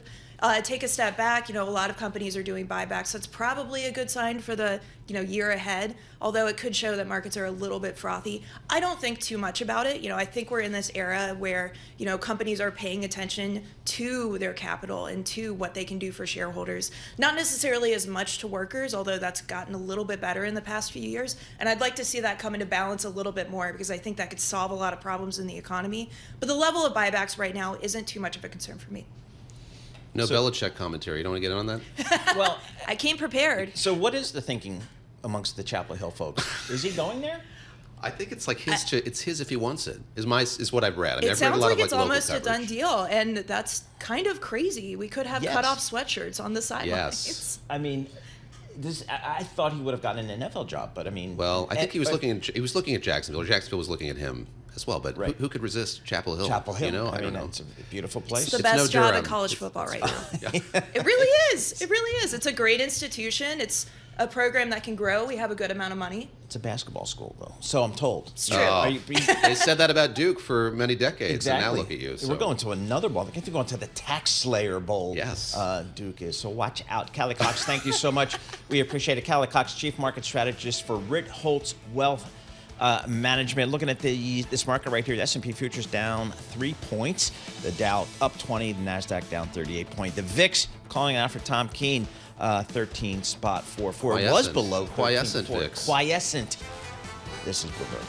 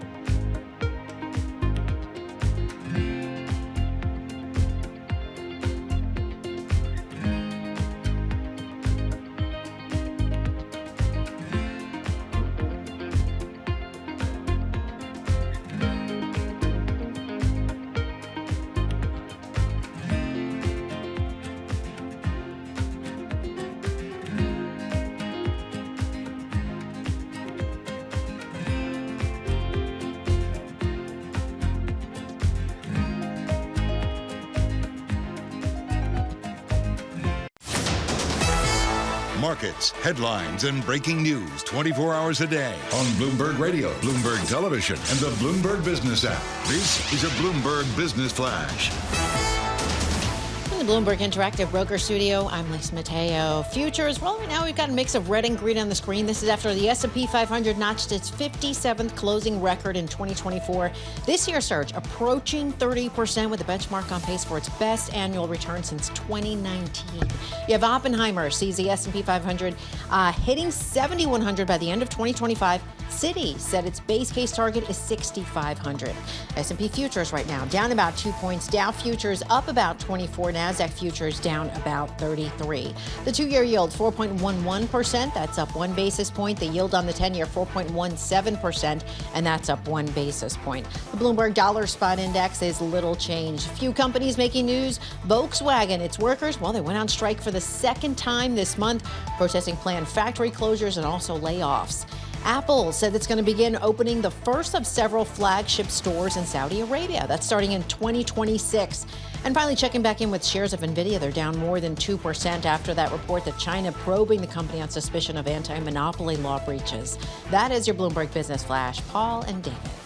All right, Lisa Mateo, thank you so much. We appreciate that. David Gura and Paul Sweeney, we're live here in our Bloomberg Interactive Broker Studio. We're streaming live on YouTube as well. Economic indicators today are brought to you by IBKR Financial Advisors. Switch to Interactive Brokers for lowest cost global trading and turnkey custody solutions.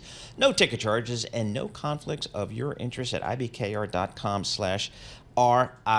Let's get the latest reporting from Syria. Fluid situation over there. Ross Matheson joins us. She's the news director for EMEA for Bloomberg News. Ross, what's kind of the latest reporting here? I guess I'll start with a basic question. Who's in charge in Syria right now? Well, in fact, we're just getting news at the moment that the rebel group, the key rebel group that ousted Assad, is trying to form a transitional government that's possibly a bridging government until they work out exactly what they're doing. But they've tasked a guy called Mohammed al-Bashir to form a transitional government. He is someone who headed up a quasi-government that this group ran out of Idlib. It was kind of a shadow government against Assad in the northern Syrian city of Idlib for some time.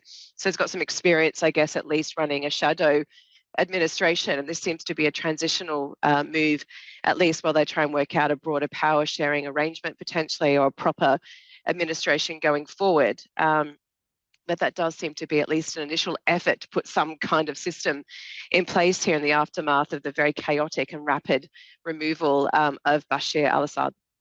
Ross, you've been charting this over the last many weeks, and certainly before that as well. But looking at what happened here and how much changed in recent weeks, this was a civil war that really was grinding on for years. And then we saw it accelerate so quickly as we saw rebels kind of moving through cities to Damascus. What accounts for that? What accounts for this kind of sudden erosion of support from Iran, from Russia, that led to Bashar al-Assad finally fleeing to Russia, as we understand it? It does seem to have happened very quickly, as you say, in a war that was going on for many, many years, and it kind of ground into a bit of a continuous pattern, an uneasy pattern in recent years. It wasn't a fully fledged conflict, but there were certainly skirmishes and something going on there. But what seems to have happened is that the rebels just picked a moment and had a go, and surprisingly found themselves suddenly in control of Aleppo, which is a key city in Syria. And at that moment, momentum was there, so they decided to push on. And what they were testing really was the resiliency of the Syrian army in that moment. And it seems like the Syrian armed forces just collapsed in the face of it very quickly, including on the pathway to come to Damascus. And when Iran and Russia saw the Syrian army essentially collapsing, they weren't going to put all their military efforts in there to try and shore up Assad if the army was not doing what it needed to. And they've got their own tactical problems elsewhere at the moment, their own distractions outside Syria. So they just said it's not worth us coming in heavily militarily to do so. So it seems as though the Syrian army just fell apart in the minute.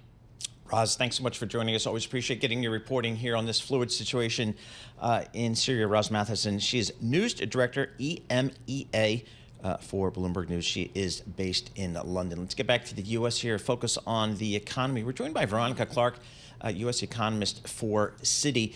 Veronica, we had some labor data recently. I don't know, it seems like the labor market in the United States is pretty darn solid. And if that's something that the Fed is looking at, how do you think, what kind of cues do you think the Fed is taking from this U.S. labor market? Yeah, I think I would actually disagree with the interpretation that the labor market is as solid as everyone is saying it is. Obviously, we've had a couple months where the unemployment rate isn't dramatically shooting higher, but it was only last week that Chair Powell was saying the risks around a sharper labor market deterioration have diminished. If anything, the data that we got on Friday to me looks like a weaker labor market than before they cut 50. The unemployment rate is higher, and that's with fewer people participating, and that's with the slowing pace of payroll job growth.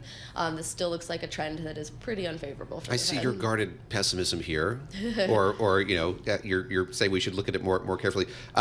How messy are these data, the ones that we got last week and the ones before that, and how's that influencing just your perspective more broadly on the health of it? Very, very messy. I think we're taking our signals from that unemployment rate, that household survey.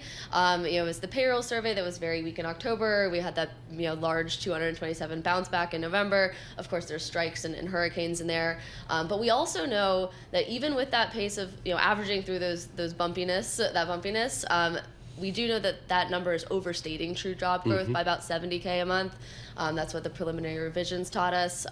The details of the household survey where the unemployment rate comes from, that looks much worse. All right, so what is the city GDP call for 2024 and 2025? Yeah, I mean, this year, of course, we're on track to run a pretty strong, healthy, 2.5, kind of average annual pace. We've been running 2 to 3% GDP growth for a while. I would say it's notable that we have been running, above potential growth, and the labor market has still loosened. We've still had an almost percentage point increase in the unemployment rate.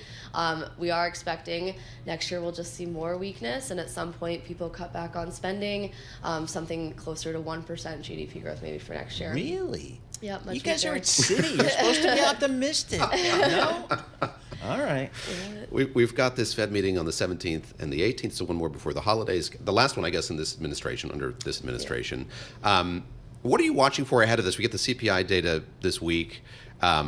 It's a swirl of notes that I read, but you were expecting a cut of 50 basis points. Yes, Is that still the case, or you walked it back? I think we did need to see an even more of a downside surprise to Friday's numbers to get that 50, but I think it's very likely a 25. It seems like a really high bar. It's really, I think, only the inflation data this week that would deter them at this point. Seems like a high bar to do that. And I am expecting to see that inflation data for November look a lot more favorable than for October and September. Something that, again, looks like a 2% annualized core PCE rate. Veronica, you're a little bit maybe more cautious than I am on the labor market.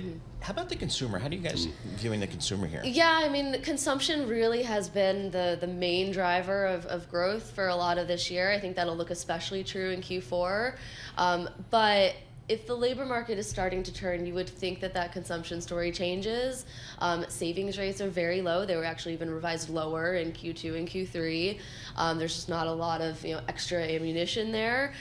Consumer delinquencies are well above pre-pandemic levels. If we are getting to a point where unemployment is rising more sharply, job growth is slowing, people are losing their jobs, you would think that they cut back on spending.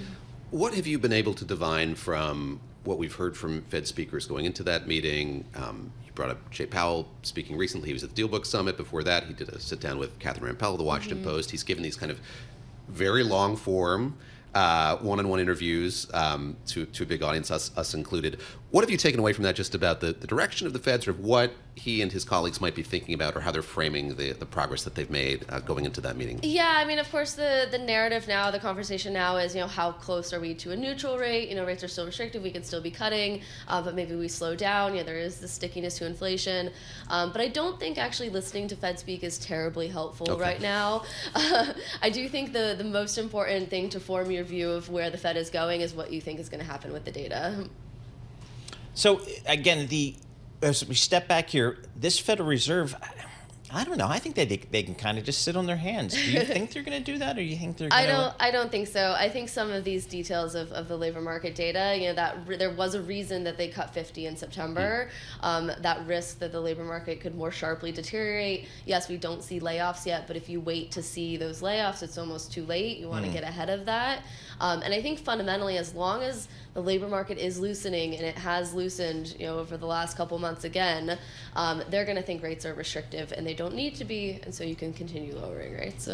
I look at the kind of quantity and size of the revisions that we've gotten, and I'm just wondering sort of how you look at that and process that, if it seems out of mode, and sort of pulling back from that, sort of what the trend tells us beyond sort of the kind of month to month that we've been focusing on. Right. It is really important to form your view based on many different data points over many different months, and that's what we're trying to do, and that's the sense in which, we did have 2 stronger months of employment data where the unemployment rate went sideways at 4.1%, but it looks increasingly like that is the outlier, I think, and survey data are still pretty unfavorable. All of the revisions that we know are going to come to the payrolls numbers, it does look like a weakening labor market. Veronica, thank you so much for joining us. We appreciate it. As always, Veronica Clark, U.S. economist for Citi, the pride of the University of North Carolina at Chapel Hill. Bloomberg We'll leave it Surveillance there, Paul. I won't pull any more UNC guests on you. Exactly.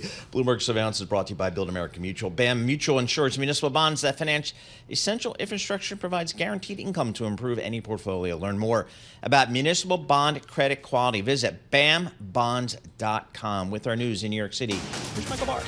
Thank you very much, Paul, David, Lisa. Russian media say ousted Syrian leader Bashar al-Assad has fled to Moscow and received asylum from his longtime ally. It comes hours after a stunning rebel advance swept into Damascus to cheers and ended the Assad family's 50 years of iron rule. Meanwhile, recent U.S. airstrikes in Syria came following Assad's swift removal on concerns that ISIS groups in the area may try to take advantage of the situation. Defense Secretary Austin told reporters today that Sunday's airstrikes on ISIS camps in central Syria were aimed at preventing just that. We're still evaluating the results, but I think that we're going to find that we've been pretty successful. But that's focused on ISIS, to keep the pressure on ISIS and to deny them the ability to easily research. Secretary Austin made his comments while traveling in Japan today. President-elect Trump promised to end birthright citizenship through executive action, even though the 14th Amendment guarantees citizenship to people born in the U.S. territory. If somebody sets a foot, just a foot, 1 foot, you don't need to, on our land, congratulations, you are now a citizen of the United States of America. Yes, we're going to end that because it's ridiculous. It was one of many comments Trump made to NBC's Meet the Press, heard Sundays on Bloomberg. Finally, it's the end of an era for the Eras Tour fans. I'm so depressed, I act like it's my birthday. Taylor Swift closes out another wildly successful string of performances for her Swifties. The tour winding down in Vancouver after more than 150 shows in sold-out stadiums performed on 5 continents. The tour started in March of 2023 in Glendale, Arizona, becoming the highest-grossing tour of all time, pulling in an estimated $2.2 billion. And her concerts, which attracted an estimated 11 million fans, with the Federal Reserve even crediting the megastar with boosting the U.S. economy. Global news 24 hours a day and whenever you want it with Bloomberg News Now. I'm Michael Barr. This is Bloomberg. Paul, David, Lisa. All right, Michael Barr, thank you so much. We appreciate it. All right, I watch Yellowstone, so I feel like I'm an industry expert on the ranching industry. Here's the story I don't get.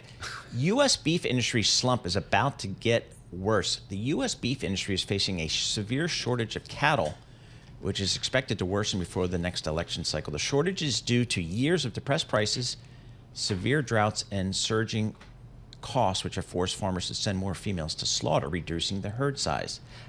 I'd never thought about that before. Are you a steak eater? I am a steak eater. I am shocked at how much steak costs whenever I go Oh, out. yeah. I'm always like, treat myself. I didn't. Whoa. Yeah, I didn't know. I just kind of feel like if you want more cows, you have more cows. Yeah. But Well, there's a apparently limit. there's a huge whole chain that has to kind of work smoothly for that to happen. So some problems there. And again, for those of you out there that enjoy a good steak, costs could be going higher. We'll have more coming up. This is Bloomberg. Good morning.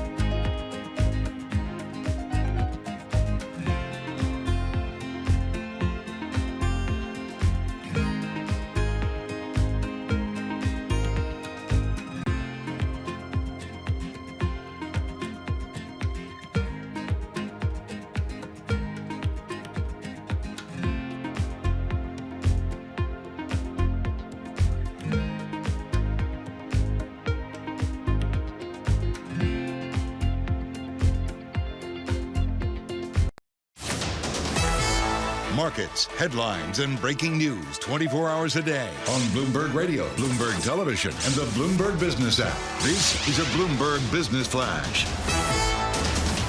From the Bloomberg Interactive Broker Studio, I'm Lisa Mateo. We've got futures mixed, and this as investors focus on an upsurge in geopolitical risk, but also the outlook for interest rate cuts. Right now, we have NASDAQ futures down about 0.1%, 31 points. Dow futures little changed, up about 33. S&P futures little change, down about 1. The 2-year yield 4.11%. That's little change. The yield on the 10-year 4.17%, and that's up 1 basis point. To commodities, we have oil on the rise. We have Brent crude up more than 1%. This is after the toppling of the Syrian regime. It's at $71 a barrel. WTI crude $68 a barrel. We have spot gold up more than 1% at $2,662 an ounce. The Bloomberg Dollar Spot Index is down about 0.1%.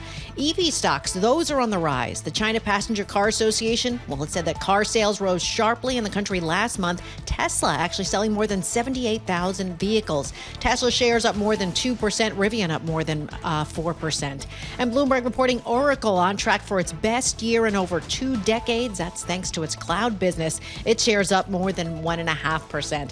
And finally, some fun news to end with. The famous ruby slippers that were worn by Julie Garland in A Role as Dorothy in Wizard of Oz sold for $28 million at auction. That's according to the New York Times. There you go. That is a Bloomberg Business Flash. Paul and David. I saw these on display. I forget which auction house it was, but it was I think it was on Park Avenue. There were people taking photos with them before the sale took place. So it was one of those auctions where I think everybody wanted to, there were probably a few interested parties, but plenty of people wanted to go see the famed slippers. And they were there. You could see them through the window. Is that right? I didn't know that. Okay, very cool.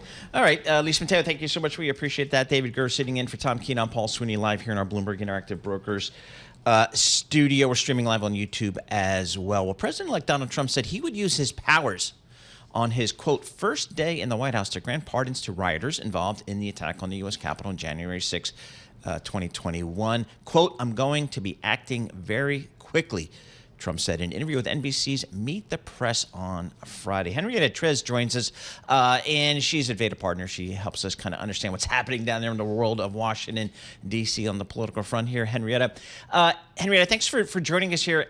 How serious do you think President-elect Trump is, and what would that mean for him politically? I think he's very serious about that, and I think it's going to be, hopefully on a case-by-case basis. Some of these folks have been in prison for 20 plus years for hurting and assaulting police officers. So those are more serious crimes. But I think right out of the gate, he's looking to deliver on some of the red meat that he promised his voters on the campaign trail. We all know that the tax bill is going to take a full year to complete. So some of the other things on immigration, deportation, freeing some January 6ers, things along those lines are what I would expect in the first 100 days of the next administration. This was a wide-ranging interview that Kristen Welker conducted, and something she did ask about is what plans he has, if any, for Fed Chair Jerome Powell. What did you hear in that answer, and how much do you think that was something that was of concern to investors, to markets broadly, just this uncertainty about whether or not the president-elect had plans to remove or ask for the removal of Fed Chair Jay Powell?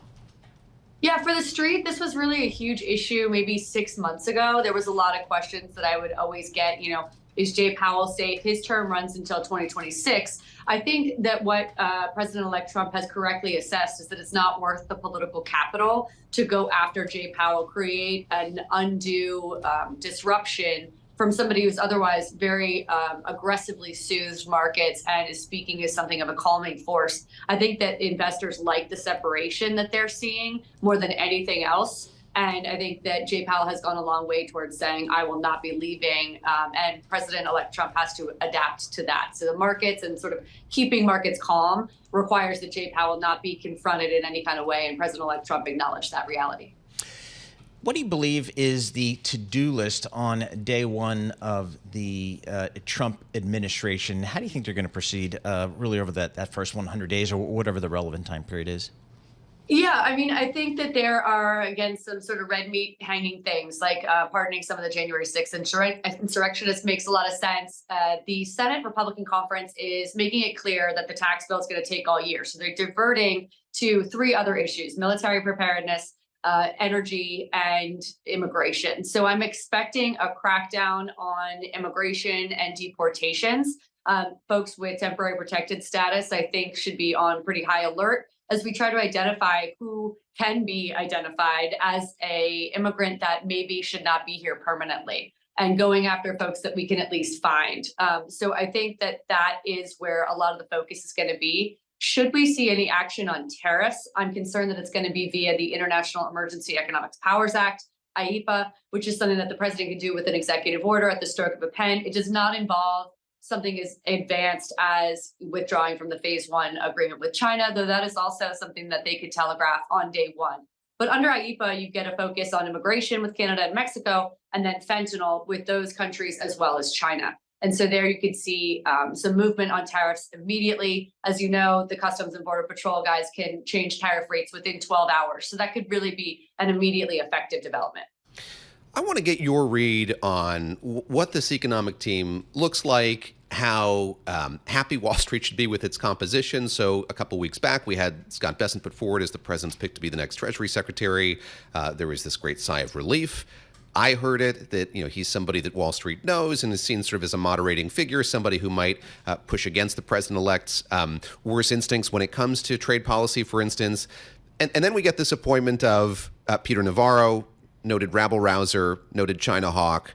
And I wonder what that tells you about what meetings are going to be like of that economic team, yes, in the cabinet room, but beyond that, sort of how loud his voice is going to be, and sort of what that potential boisterous disagreement is going to mean for the direction of economic policy in this second Trump term. I have no expectations that Scott Bessent as Treasury Secretary is going to be a mitigating force against the tariff-minded members of the rest of the cabinet, whether that's Howard Lutnick at Commerce, whether that's Peter Navarro in a trade sort of overarching position, Kevin Hassett, who is a very well-known person on Capitol Hill and is going to be in the ear of members. You see that in Jamison Greer, who was Chief of Staff to Ambassador Lighthizer. There are folks with deep experience in D.C., and Scott Bessent is not that guy. So while Wall Street might have some comfort knowing that he has invested funds before and speaks Wall Street's language, he's not the one that is going to be the muscle in the room, either at the cabinet level or on Capitol Hill. So I'm expecting the folks who are very supportive of tariffs, including most importantly, President-elect Trump, to have a much louder voice. And you see that in legislation that's already been introduced by Chairman Molinar about the stripping China of its PNTR status. The trade focus, the tariff focus is very aggressive and well built out. The Scott Bessent camp that maybe supports a more gradual increase in tariffs of 5% every month, which is what I last heard from him, is something that I think is going to see a much diminished role as we get into the next administration. Mass deportations, is there any feeling in Washington, D.C., how that would actually work? Yeah, I'm having preliminary conversations with staff right now, and I think one of the big concerns is about the impact that this is going to have on primary season, on general election season, on the legislative to-do list for Congress. So as we get into next year in the first quarter, it's likely that we're going to have a conversation about a government shutdown if they fund the government through March, about the debt ceiling, which is going to be highly contentious for Republicans to deal with. And if in the backdrop of that, we have, folks, this is exactly what staff says to me, if people's grandmothers are being deported, then we have a very real problem. People point out Miami-Dade specifically as an area that's going to be a concern. A lot of Republicans now in the state of Florida, newly elected Republicans, and the gains that Trump has made there in the last 8 years.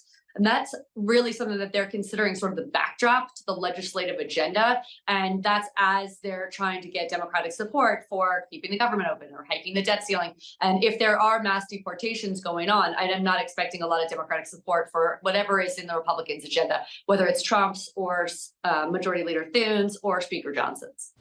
Henrietta Treyz, thank you so much for joining us. Always appreciate getting some of your perspective. Henrietta Treyz, she's a managing partner at Veda Partners, really locked in, I feel like, to the folks that actually that get stuff done down in Washington. Not necessarily the folks you see on TV, but the folks behind the scenes actually getting stuff done. That seems to be a lot of her good sourcing.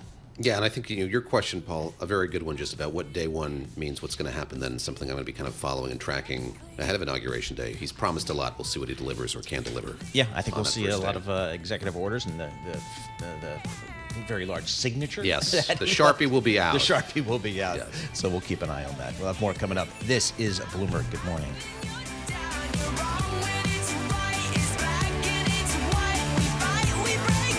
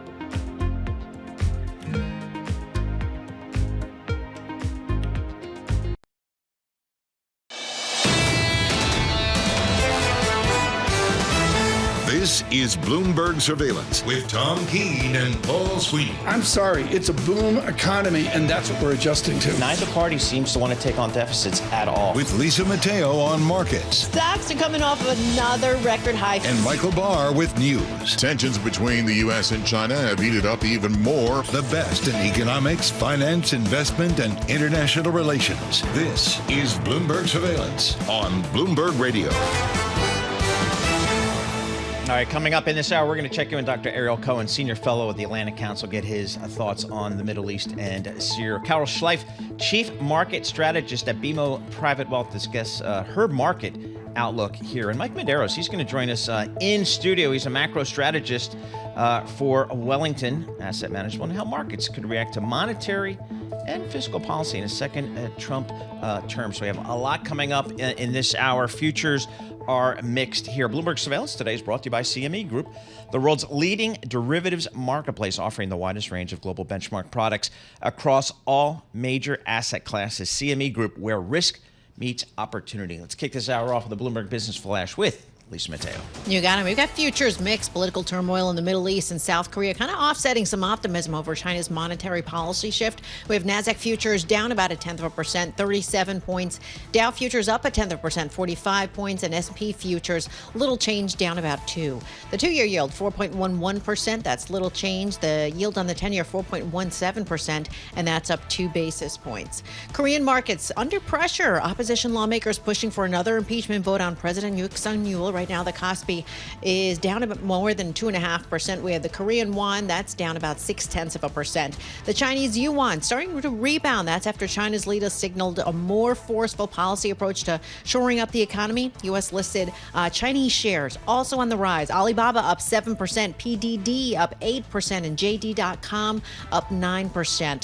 Checking back in with shares of NVIDIA, they're still lower, down 2% after China opened an investigation into the company for a potential breach of monopoly law.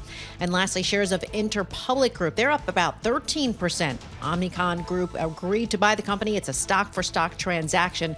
Omnicom down 3%. Now, that deal creates the world's largest advertising company, a combined annual revenue of over $25 billion. That is your Bloomberg Business Flash. Paul and David. All right, Lisa Mateo, thank you so much. We appreciate that. David Gura sitting in for Tom Keene this morning. I'm Paul Sweeney. We're live here in our Bloomberg Interactive Brokers studio in New York City. We're streaming live on YouTube, so head over to youtube.com and search Bloomberg Podcast, and that's where you will find us. Well, the geopolitical news of the day is coming out of Syria. Bashar al-Assad has fled to Moscow after rebels advanced on Damascus. The collapse of Assad's regime has created a power vacuum, with multiple factions vying for control and raising concerns about further violence and upheaval. Let's get some latest analysis on that. Dr. Ariel Cohen joins us. He's a senior fellow the Atlantic Council Eurasia Center. Dr. Cohen, thanks so much for joining us here. I guess what is your take of what is happening in Syria and that part of the world? This is a strategic geopolitical shift. We haven't seen anything like that, at least since the collapse of the Saddam regime. It may be even more significant than that. Why? Because, first of all, we see the return of history as opposed to the end of history, courtesy of Frank Fukuyama. The Russian-Turkish competition is back in force, and this is a trend of the last, 400 years? That also means that whether Iran is trying to get nuclear weapons or Turkey is getting into a competition with Russia, Turkey may make a move in the future to get nuclear weapons itself. Then there's a cascade. Saudi Arabia, Egypt, and of course, Israel never admits, but they have nuclear weapons as well. So that's point number one. Point number two, we have a failed state on the doorstep of Europe. Europe took already several millions of refugees from Syria. Turkey took over 2 million refugees. If Mohammed al-Jilani, the new ruler, the leader of the rebels, the former Al-Qaeda guy, is not going to get his act together, there'll be more refugees spilling out of Turkey. The Alawites, the minority that Bashar al-Assad was the leader of, and then his father and grandfather before him. The Christians, the Druze, and whoever else are there, the secular people who are not happy with the Islamist regime that most probably al-Jilani is going to impose. He is very careful. He is much more sophisticated than his mentor al-Baghdadi in Iraq or the Taliban. But my fear is, and I hope I'm wrong, that in the future, as he consolidates power, he may impose a full-fledged Islamist Sharia regime in Syria. Dr. Cohen, let me ask you about the timing here. And we've talked a little bit this morning just about how long this war was grinding on before we saw such movement here over these last couple of weeks. And you're describing the kind of power vacuum that's opened up here. And I'm very curious sort of what you're going to be watching for. You mentioned all the different parties, both on the international scale and within the country, that are going to be trying to sort of vie for power and see what happens here, how it shakes out. How limited is the timetable here to see sort of, what's going to emerge? What are you watching for? Just give us some counsel on what these next few days are going to be like. Again, we've kind of looked at past analogies. You brought up Iraq. Libya is another one. What have they told us about how long this might take to sort of figure out where things are happening directionally? As you can see, Libya is still unresolved more than, 15 years, almost 20 years, 06. So 18 years. Libya is still a mess, and the Libyan tribes that were united under Colonel Gaddafi did not come together. Iraq is an interesting story because the Iranian influence over the Shia community there goes so far. Yes, there's a lot of Iranian influence, but when Bashar al-Assad begged the Iraqi Shia to come to help him, they said no. I would be looking at, first of all, how the Kurds are treating. Kurds are the largest minority in the world, or the largest people in the world without their own state. 30 to 40 million in Turkey, Syria, Iraq, and Iran, still without their own state, despite the promise after World War I in the Versailles Conference by President Wilson to give them a state. Secondly, how women are treated. Are women going to be put in niqab, in full cover or not? So far, the rebels said they're not going to impose a dress code on women, but I have my doubts going further. Third, how far Turkey's writ is going to go in Syria. Yes, Turkey has its own militia further in the north that is fighting the Kurds and ethnically cleansing the Kurds and trying, I saw unconfirmed reports that kidnapping Kurdish women. But the main rebel force is from Idlib all the way south to Damascus, and then all the way to the ceasefire line with Israel. Israel is taking preventive steps to secure Syria from weapons of mass destruction. They bombed the storage of chemical weapons, surface-to-surface ballistic missiles, and other heavy weaponry, so that this threat will not come up in the future. And Israel is fully coordinated with us, with the United States. President Biden said yesterday that any threats to the neighboring countries, be it Jordan, Israel, Lebanon, etc., from the radical militias, and I deliberately don't want to call them jihadis out of goodwill, any threats will be confronted. And we're bombing today ISIS positions in Syria. Real quick, Dr. Cohen, 30 seconds left. What role, if any, should the United States play here? Look, the United States is desperately trying to walk away from the Middle East as long as the Iranian nuclear program is ongoing, and some say is accelerating. We cannot walk away from the Middle East. Iran now is an anti-status quo power that is threatening everybody. Turkey, the Emirates, Israel, Saudi Arabia, our oil reserves, or the world's oil reserves in the Middle East. We cannot walk away from the threat of the Iranian nuclear weapons. Dr. Ariel Cohen, thank you so much. We appreciate it. Dr. Ariel Cohen is a senior fellow for the Atlantic Council Eurasia Center, giving us the latest analysis on the unfolding situation in Syria, which is early days and remains very fluid, and we'll have complete reporting on it going forward. With our news in New York City, here is Michael Barr. Thank you very much, Paul, David, Lisa. As the final weeks of the Biden presidency wind down, President-elect Donald Trump is laying out his plans for the next 4 years, including everything from immigration to tariffs. They cost Americans nothing. They made a great economy for us. They also solve another problem. If we were going to have problems having to do with wars and having to do with other things, tariffs, I have stopped wars with tariffs. He made his comments on NBC's Meet the Press, heard Sundays on Bloomberg. Trump has also announced that his personal lawyer, Alina Habba, will serve as counselor to the president during his upcoming second term. Syria's prime minister says most cabinet ministers are still working from offices in Damascus after rebels entered the capital over the weekend and overthrew President Bashar Assad. Bloomberg's news director for Europe, the Middle East, and Africa, Roz Matheson. It can be a very, very fluid situation. This could go on for weeks because, again, Syria has been arguably micro-controlled by a bunch of different groups for a very long time. How do you get those groups together? And then how do you form a structure of a government out of it? Bloomberg's Roz Matheson. Officials in Palm Springs, California say they are investigating after an accident at a holiday parade over the weekend. An officer drove into a crowd of spectators after he says he lost control of his motorcycle on the parade route. The police officer plowed into the crowd at the Festival of Lights parade in Palm Springs. A dozen people were injured, including a child and the officer. Finally, a new report says Earth just experienced its second warmest November on record, second only to 2023, making it all but certain that 2024 will end as the hottest year ever measured.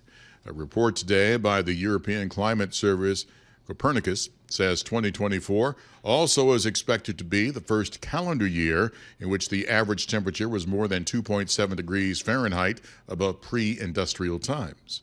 Global news 24 hours a day and whenever you want it with Bloomberg News Now. I'm Michael Barr, and this is Bloomberg. Paul, David, Lisa. All right, Michael Barr, thank you so much. We appreciate that. All right, David, Warner Brothers Discovery reached an early renewal of an agreement to provide Warner Brothers or networks such as TNT and CNN to Comcast, roughly 12.8 million cable TV subscriber. The deal avoids the channel blackouts that can sometimes come with fee negotiations and includes continued carriage of all the Warner Brothers networks.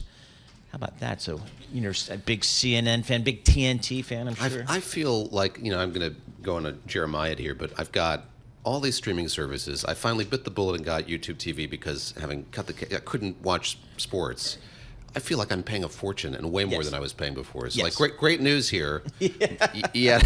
I feel like finally I'm at the place where I am getting CNN through YouTube TV, and now whatever, I'm getting the. But I feel the same thing with Hulu and Disney. I thought I got both, and I had to pay more for anyway. See, I could go on all morning. They're getting you. It kind of yearns back for the time when we paid one bill for pretty much everything. If people can remember back to those days, and again. Were you paying for stuff you didn't want? Yeah, but okay, here you go. Here's a la carte. This is what an a la carte market looks like. And somehow I'm still paying for stuff I didn't want. Exactly. So you have to just kind of... The good news is on these streaming services, it's super easy to cancel. Yes. It's a click of a button. And then they try to keep you for a nice, tidy discount. So there you go. So we got a lot of stuff happening out there in the world of media. We got consolidation of the ad agencies as well. This is Bloomberg.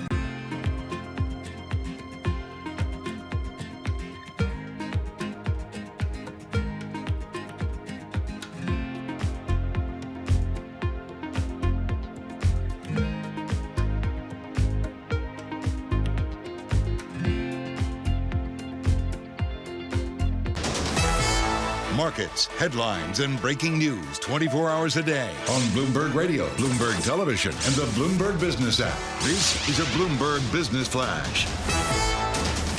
And this futures report sponsored by IBKR. Markets never sleep, and neither does Interactive Brokers. Discover opportunities with CME Group futures across equity indices, interest rates, FX, energy, and more. Access CME futures around the clock at Interactive Brokers. All right, we've got a little movement in futures. Stocks extended their record-breaking run on Friday. That was following that jobs data, increased bets on a December rate cut from the Fed. Swap traders price in a roughly 80% chance of a quarter-point easing at the Fed's December meeting. We'll start with NASDAQ futures, down 0.1%. 38 points. Dow futures, little change, down 28. S&P futures, down about 3. The 2-year yield at 4.12%. That's up 1 basis point. The yield on the 10-year, 4.18%, and that's up about 2 basis points. The Bloomberg Dollar Spot Index is little change. We have Bitcoin down nearly 1% at around 99,000. Now, on a side note, MicroStrategy bought another $2.1 billion in Bitcoin. It's its 5th consecutive Monday purchase. MicroStrategy shares down about 1%. More inflation data due out this week. CPI for November on Wednesday. Producer prices on Thursday. And then we have shares of Super Microcomputer. They're up 9%. The company given more time to become compliant with NASDAQ listing rules. And finally, shares of Macy's up 4%. Activist investor Barrington Capital pushing the company for changes, including a new real estate unit. Macy's reports its results on Wednesday. Today after the close, we hear from Oracle and Toll Brothers. For on-demand news 24 hours a day, subscribe to Bloomberg News Now, wherever you get your podcasts. I'm Lisa Mateo. That is a Bloomberg Business Flash. Paul and David. All right, Lisa Mateo, thank you so much. We appreciate that. David Gura sitting in for Tom Keene. I'm Paul Sweeney. We're live here in our Bloomberg Interactive Broker Studio. We're streaming live on YouTube as well. So head over to youtube.com, search Bloomberg Podcast, and that's where you will find us. S&P 500 up about 27% year to date on an equal weighted basis, up about 17%. So you see some of the impact of some of those big tech names kind of pushing up the XPX. Where do we go from here in terms of 2025? Carol Schleif joins us, Chief Market Strategist at BMO Private Wealth. Carol, what's the message you're going out to the BMO Private Wealth clients these days about how they should think about investment opportunities in 2025? We really first off, thanks for having me on. And we are encouraging people to stay committed to markets because we do think there's a lot of underlying economic fundamentals that should continue and carry over to next year, irrespective of the way policy plays out. You know, coming into the election and worrying about who was going to be in the White House and on both sides of Congress, there's an awful lot of really positive things still going on in the economy. And we have a lot of independent spend, which should now actually even be accelerated a bit going into next year. So keeping that balanced portfolio in play, but definitely leaning into the growth and liking domestic stocks all up and down the capitalization range. Carol, I want to pick up on something that you said to our colleagues, Katie Greifeld and Matt Miller, a couple days ago. You are an open interest, so I'll do some cross-platform, cross-promotion here. But you talked about kind of the uniqueness of this bull market, the way that we started out so narrow and we're seeing it broad, and that's customarily not the case. And I think that they were short of time, and I was very eager to hear more from you on that, sort of what that tells us about it directionally, where it might be headed, sort of what historical analogs we might have for how markets perform if we see that kind of, I don't know if it's inverse or converse, sort of not playing out the way that it customarily does. Right. Well, and it is definitely inverse because traditionally you'll start a bull market coming out of a recession when everything moves because people are relieved you've had a washout period and you get big, broad movement in the market. And then as that bull market extends itself, leadership tends to get narrower and narrower. This time around, we started that bull market, if you will, basically off of the back of dual bear markets in 2022. And we started it very narrow with the focus on technology spend, the Magnificent Seven in particular, but on that build out of things going on there and the significant spend that those companies are doing. Now what we've seen, especially in optimism post-election, when you've got more clarity coming out, because at least we'll have policy changes that will be probably pretty prescriptive early on in the process. Markets can react to that, but you've got an awful lot of spending in the pipeline, and not just on the AI data centers, you've got companies that have been toying with those AI use cases for over a decade. You've got significant spend going on to need to bring the grid up to speed. So you've got a broadening in the markets and a broadening in capitalization too. We've seen, especially post-election, that those mid caps and small caps are participating more actively in markets. And that's positive for the sustainability of this uptrend. So, Carol, it appears that just from a rhetoric perspective, this new administration coming in from an economic perspective, talking tough on tariffs here. Are there winners and losers in a world where tariffs may be a frontline economic tool? There definitely are, and we'll have to watch that policy progress very carefully, because incoming President Trump does have the ability to unilaterally deploy some of those tariffs.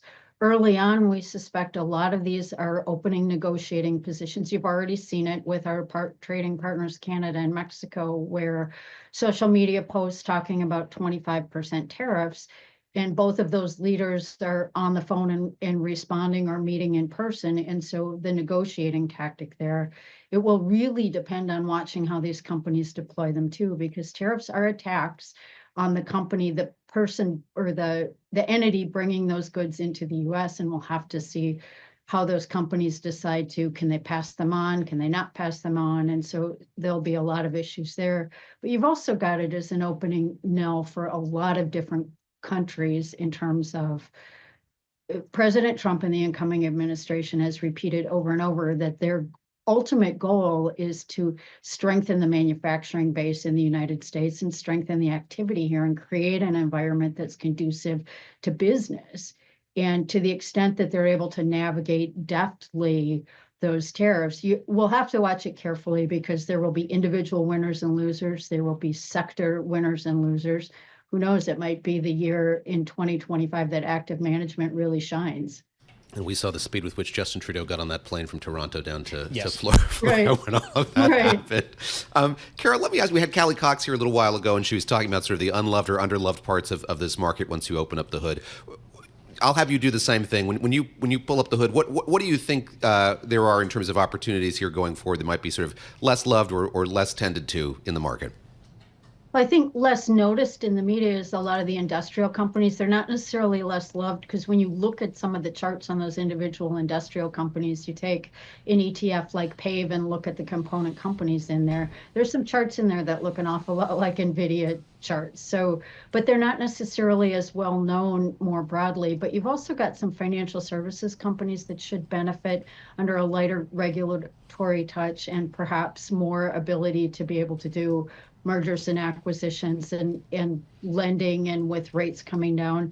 There's also some spots in the medical services industry that have been beaten up in here, and we'll have to see under a new regime who benefits, who doesn't, in terms of who gets the, who musters through Senate confirmation for the various posts out there. But it'll be definitely an interesting market worth participating in the coming year. But we still like areas of technology as well. Aside from the Magnificent Seven, there's a lot of interesting things going on in that technology space. Real quickly, 30 seconds left. Energy, because I'm not sure if drill baby drill is good or bad for the energy sector.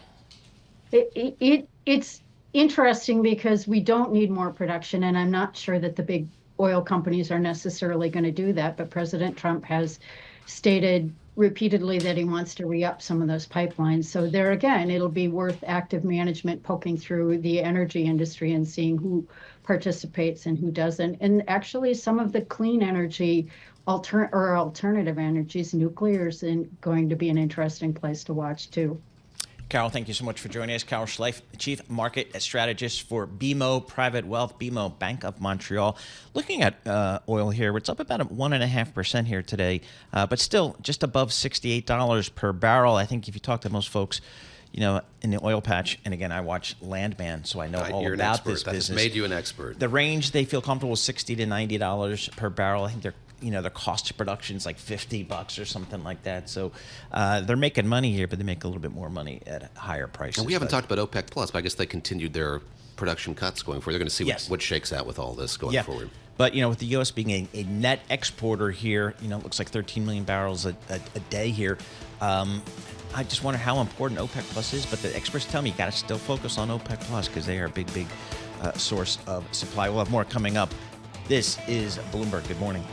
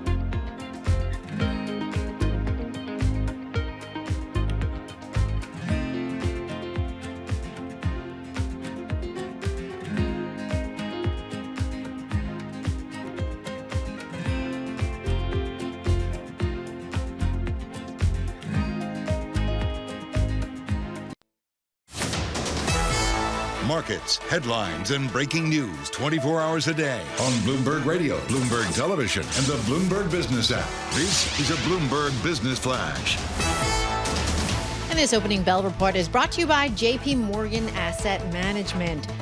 Stay informed on today's fastest growing investment vehicle with a new guide to ETFs. Visit jpmorgan.com/ETF insights to learn more. All right, how are these markets going to react? We have political turmoil in the Middle East, South Korea, along with optimism over China's monetary policy shift.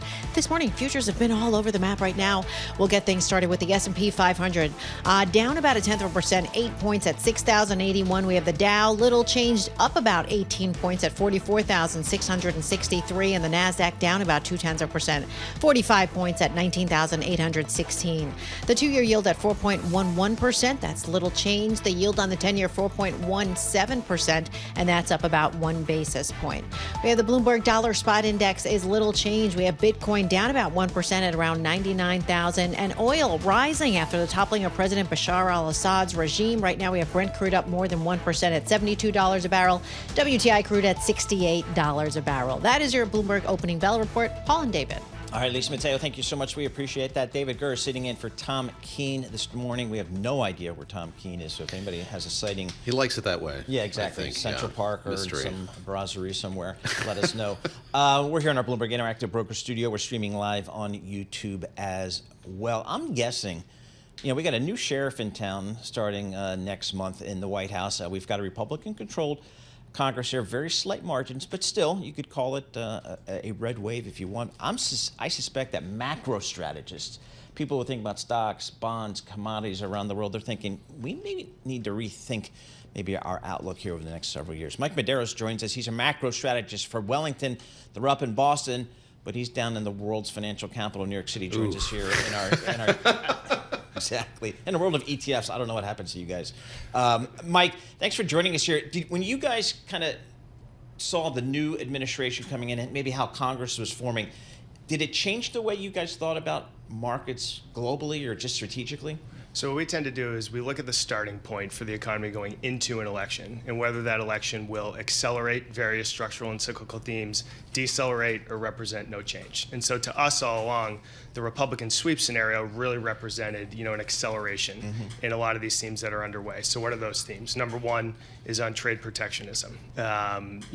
Protectionism really started in 2009, accelerated under Trump's first term, didn't really change under Biden's term, right? Trump's proposals now, very significant use of tariffs. We can debate when and how much, et cetera, but bottom line, I think that's an acceleration. Second is on demographics and labor supply. So, the world is short of labor, particularly the United States. There's two ways to correct for that. Higher participation, which is more or less maxed out right now, or higher immigration. Immigration's already slowing going into the election, and, regardless of the timing impact, et cetera, do think we're going to see a much slower labor force next year. So all else equal, those are very significant impacts on the supply side of the economy, which is constrained. The third piece is fiscal, right? No surprise the U.S. faces, rising debt levels, ongoing fiscal deficits. You look at Trump's fiscal plans in aggregate, all else equal, if he gets what he wants, increase in fiscal deficits. And so those three things, I think, to your question, accelerate things that were already underway in the economy. Let's talk about each of those in kind, and we'll get to the dissonance of the last one maybe last. But starting with tariffs, now you kind of follow what's going on in the U.S. and Canada as well. Yep. We're at this point now where we and global leaders are just trying to figure out what's bluster and bombast and what are actual policy proposals. Are there negotiating gambits or more than that? When it comes to those tariffs in particular, what the president-elect has threatened on Canada, how real is that?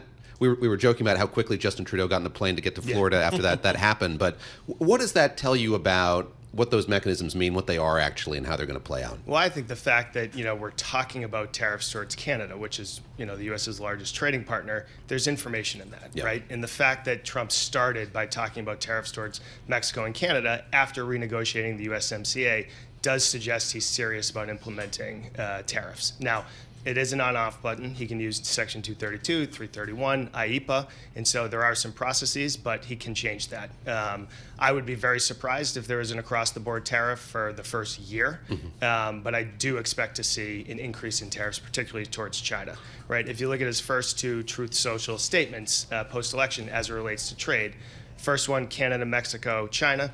Second one, BRICS. Yep. What's in the middle of that? China. And, you can see through his cabinet picks, Peter Navarro will be in the White House now. Marco Rubio, very significant China hawk. And that Venn diagram, it seems like China's the main focus. David Perdue going to China as well, the former senator, China hawk. Okay. Yeah, as an ambassador. Very good. Right. So what does that mean for a macro strategist? Do you dial up your risk here, dial it back, focus more on U.S., outside of U.S.? How do you think about it? So what we try to do is look for alignment between these medium-term themes, which we're talking about, but certainly take a while to manifest in the business cycle versus the near term, right? The next 3 to 6 months or so. We still have a misalignment because when I look at all of the pieces we talked about around immigration, trade, fiscal, right, that all points to higher medium-term inflation. But you need the catalyst on the business cycle. And the labor market's still slowing. We got some evidence of that on Friday with the rise in the unemployment rate. And so until you get that alignment, I think there are some signs we could get that in the first half of the year. That's typically when markets tend to trend. Bond markets, that is. For now, the market's been priced for a soft landing. That's been completely justified in the data. We're looking for what could disrupt that over the next 6 to 12 months. I think some of these developments on the supply side, if they're sustained, could do that. But for right now, markets rightfully so are focused much more on the prospects of deregulation next year, which will be very significant, does not need Congress, and tax code certainty, right? We can debate whether the corporate tax rate's going to come down, but we do know for the next 4 years, it's all else equal going to be the same. You've lived through a few of these presidential cycles, and so just as we're talking, it's an ambitious set of policy proposals, be that on tariffs and trade, on immigration, on the deficit, on taxation. How do you see all of that shaking out and kind of getting prioritized? So we had the president-elect in an interview this weekend talking about day one and all the executive orders he's going to do. We were talking with Henrietta Treyz of Veda Partners earlier. She talked about sort of how long this tax process is going to take, even with the control of the House that Republicans have. When it comes to what you're watching for first and second, how are you seeing things shake out? Yeah, it's a really good point because the sequencing is very important for next year, right? I don't think there's a ton of focus on the sequencing aspect of that. Right now, it's all not going to focus on trade, not going to focus on immigration, just the good stuff. Now, if you break down the 4 policy proposals, 3 of those 4 do not require Congress. Deregulation, day one. Immigration, day one. Trade proposals, day one. Taxes, that does require Congress in the reconciliation process. And so that will probably take longer, meaning mid-year at best, more likely towards December. And so you could see some of the negative growth policies hit first, meaning the impact of less immigration and the impact of tariffs before you see some of the maximum impact of things like tax cuts. And so I do think that sequencing will matter next year. Does the bond market care about all these deficits? I mean, I'm asking for a friend here. I don't know. So it's a good question. If you look at the fiscal deficit, if you look at inflation volatility, all those point to a significant rise in term premium over the next 12 to 24 months. And we do think term premium is underpriced in the bond market on a structural basis. Now, the U.S. has some advantages. Number one, it's the reserve currency, right? There have been 6 reserve currencies since the mid-15th century. They've all lasted for about 80 years, and it takes either a war, a massive increase in debt, or significant debasement. What was it before the dollar? Was it the sterling? Sterling. Okay. Yep. So Portugal was first. Please. Yeah.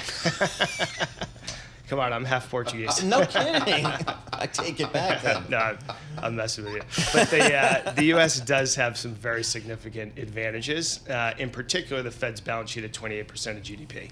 And so that's working to restrain the level of yield and term premium, relative to the fiscal deficit. And so when markets typically tend to care a lot about the fiscal backdrop, particularly in the U.S. as the reserve currency, is when you start to see inflation start to rise. Inflation's been on a decelerating trend, not back to target, the Fed's target, not sustainably either, but it's been decelerating. So why care about fiscal? Now, next year, when you add everything up, there does seem like there's a higher probability inflation surprises on the upside. There does seem like there's a higher probability that the Fed's going to have a harder job getting it down to 2%.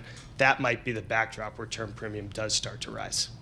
We've had a parade of people come through here who are academic economists or folks who've worked at the Federal Reserve, and they talk a lot about the importance of Federal Reserve independence. Mm-hmm. I'm very curious about how you, from a market's perspective, view that conversation, listen to that conversation. And again, we heard from the president-elect this weekend saying he doesn't have any plans to ask Jay Powell to step aside or remove him. Mm-hmm. How important a subject of conversation is that for market participants at this point? Is it a sideshow? Is it something that fixed income investors are actually quite worried about? How is that shaking out, reverberating to the extent that it is? It's going on in the background as a conversation for sure. It's not factor one, right? And part of the reason why it's not factor one is because Chair Powell has been very adamant about the Fed's independence, that he would not step down, et cetera. That was a very strong signal that the Fed understands the institutional integrity of Fed independence, right? It may seem like a long time ago where that was an issue, but it actually really wasn't 40 years ago when Fed independence was a problem. Now, if the market was getting concerned around Fed independence, what would you expect to see? A very significant steepening in the yield curve, not really happening. A very significant depreciation in the dollar, the opposite's happening. And so markets certainly are not pricing in any notion that the Fed's going to become less independent. Is that a risk that's grown in probability over the last month or so? Absolutely, right? When President Trump was at the Chicago Economic Club, he talked about the White House having a say in interest rate policy, monetary policy, et cetera. Scott Bessent, Treasury Secretary nominee, has talked about a shadow FOMC. Do you want that? board. Does the market want a shadow Fed? Definitely not. No. Definitely one statement and one almost as unequivocal as the no from Fed Chair Powell. Exactly. Hey, Mike, thanks for joining us. Mike Medeiros, he's a macro strategist, Wellington, and joining us here in our Bloomberg Interactive Broker Studio. With our news in New York City, here's Michael Barr. Thank you very much, Paul. David, Lisa, rebels seized control of the Syrian government over the weekend, toppling a dictatorship that had been responsible for brutal crimes against its people. Syrian President Bashar al-Assad has fled to Moscow after rebels advanced on Damascus, marking the end of his family's 50-year rule in Syria. National Security Advisor Jake Sullivan says that the U.S. was not involved in any way. We have been part of a broader effort in the region and around the world to weaken Assad's backers. Russia is weaker, Iran is weaker, Hezbollah is weaker, and part of the reason that Assad has fallen is because of actions that President Biden has taken both in the region and with respect to supporting Ukraine. National Security Advisor Jake Sullivan spoke to CBS Mornings. Over the weekend, President-elect Donald Trump touched on a wide range of topics in his first network interview since the election. On NBC's Meet the Press, heard Sundays on Bloomberg, Trump called for pardoning the January 6th rioters. I'm going to look at everything. We're going to look at individual cases, yeah. Okay. But I'm going to be acting very quickly. Trump also called for all undocumented immigrants to be deported.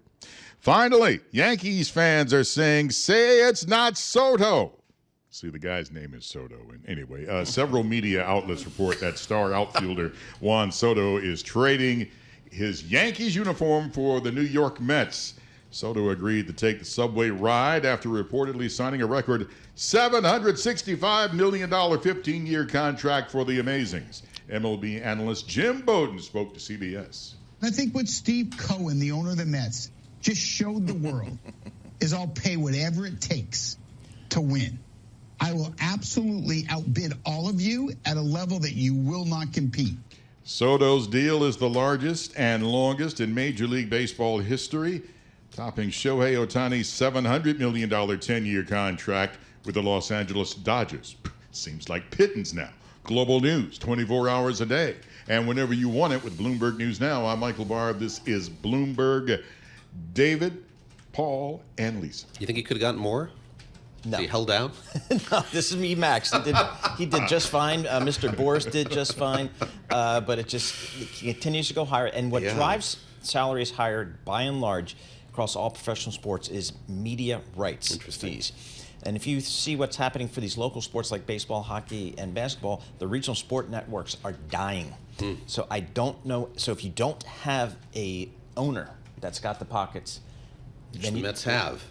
You do. The Yankees, they rely on their sports network. Yes, that's feeling the same pressure as is some others. So again, I think for some of these regional sports, if you're not a super duper rich owner, you're going to be at a real disadvantage here because you can't rely upon the economics of your regional sport networks. We'll see how it plays out. Good news for Mr. Soto. This is Bloomberg.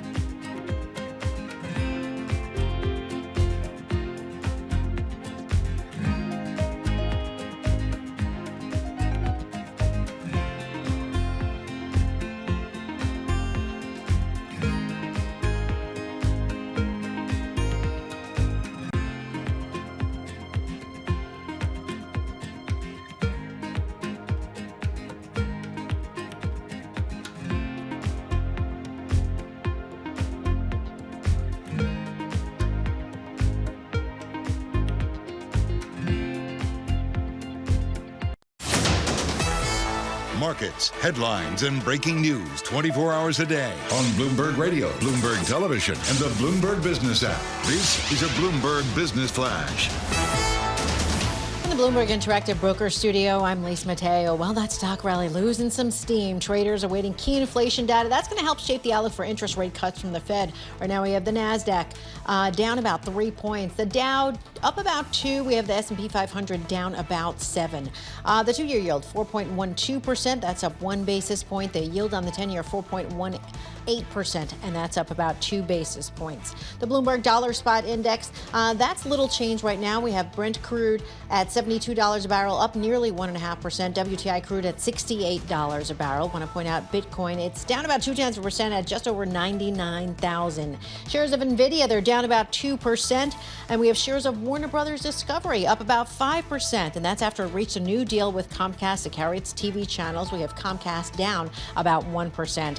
And finally, this from McKinsey & Company. Women expected to control $34 trillion of investable assets in the U.S. by 2030. That is close to double last year's total. The biggest reason, well, women actually in the baby boomer generation outlive men by 5 years on average. So rich husbands leaving their wives in control of the family fortunes. And that's how it's happening. A lot going on. 5 years? 5 years. What are you guys doing right that we're not doing? We're doing everything right. We're taking care of ourselves. That is your Bloomberg Business Flash. Paul and Dave. Doing all those exercises and granola all over the place. I'm gonna outlive all of you. That's not the way it's. I'm just telling you right now. Lisa Mateo, thank you so much. We appreciate that. David Gura sitting in for Tom Keene here this morning. I'm Paul Sweeney. We're live here in our Bloomberg Interactive Broker Studio. All right, almost 2 years ago, I bought the Jersey Shore compound. My mortgage rate at the time was 6%. I felt like such a schlub for paying when everybody else has like 2, 3, 4% mortgage rates. Now it's 6.69% on a 30-year fix. I don't feel that bad. No. But boy, rates are higher for longer here in the mortgage market, and you're seeing that in the residential real estate market. Nobody wants to sell their home and move in somewhere else where you have to trade in a 3 or 4% mortgage for a 6 or 7% mortgage. Selma Hepp joins us. She's the chief economist for CoreLogic. She thinks about this stuff. Selma, talk to us about the residential real estate market here. Mortgage rates higher for longer. That's not good for if you're a real estate agent, is it? Well, no, no, it's not. Yeah, and indeed, we are looking at mortgage rates being higher for longer due to two very important components of mortgage rate, where mortgage rates are. One is the 10-year bond, and the other is the mortgage rate spread. And neither one is looking to improve over the course of next year. So we're looking at over 6% handle for the most of the 2025 and going into 2026. I think most forecasts at this point have mortgage rates going into about 6.5 by spring home buying season, and then only declining very slowly to 6.3 by the end of next year. So certainly much higher environment than we've seen. But one thing to keep in mind, actually, when you think about long-term mortgage rates, is that it wasn't until Fed started purchasing, doing quantitative easing back in 2009, that mortgage rates fell below 5%. Before that, we really never had a 5% mortgage rate. So we are just returning back to the normal in terms of having mortgage rates between 6 and 7%. And I think that is the new normal going forward. What does history tell us about that return to normalization? What that process is like, how long it takes, and it's not hard to find somebody who will opine at length about how high rates used to be and how this is still low comparatively. What is that process customarily like? Well, the interesting thing about mortgage rates is that they've been actually falling ever since the spike in 1980s, when that story was about double-digit mortgage rates. Mortgage rates have been falling for the entire period since then, all the way up until the pandemic. And this is now the first time that we've seen such a rapid and a large increase in mortgage rates ever. So we're really dealing with this for the first time in this way, where so many people refied in super low mortgage rates, and now we have this significant lock-in effect that's holding a lot of people back. But the other thing that's interesting, though, is that we have seen improvements in inventory. And when you think about going into spring home buying season next year, we do have a lot more inventory, and consumers are increasingly aware of the fact that mortgage rates are not going to dip below 6%, and they're becoming more accustomed, though they're more accepting of it. And so and the fact that you're seeing more discounting going on from sellers as well, who are also growing more accustomed to the current housing market, I think there is going to be more opportunities in spring home buying season. It's interesting because, I think a lot of folks really felt like we'd have a 5 handle on this U.S. 30-year mortgage by now, and certainly by the first half of next year. But, obviously, as you were just mentioning, it's going to stay higher for longer. Again, is there a sense of what a clearing rate would be for the average seller to say, all right, I'm throwing in the towel here, I'll put my house on the market? Well, I mean, we have seen definitely an increase in number of home sellers on the market this year, right? We did tend to see a little bit more as mortgage rates got closer to 6%. Surveys over the last couple of years have showed that 5.5 is that magic rate. But even if we don't get to that 5.5 rate, mortgage rate, think about 40% of homeowners that don't have a mortgage, that own their home free and clear. And then there are other things that people are now contending with that are leading to more inventory on the market. The variable cost of mortgages, such as insurance and property taxes.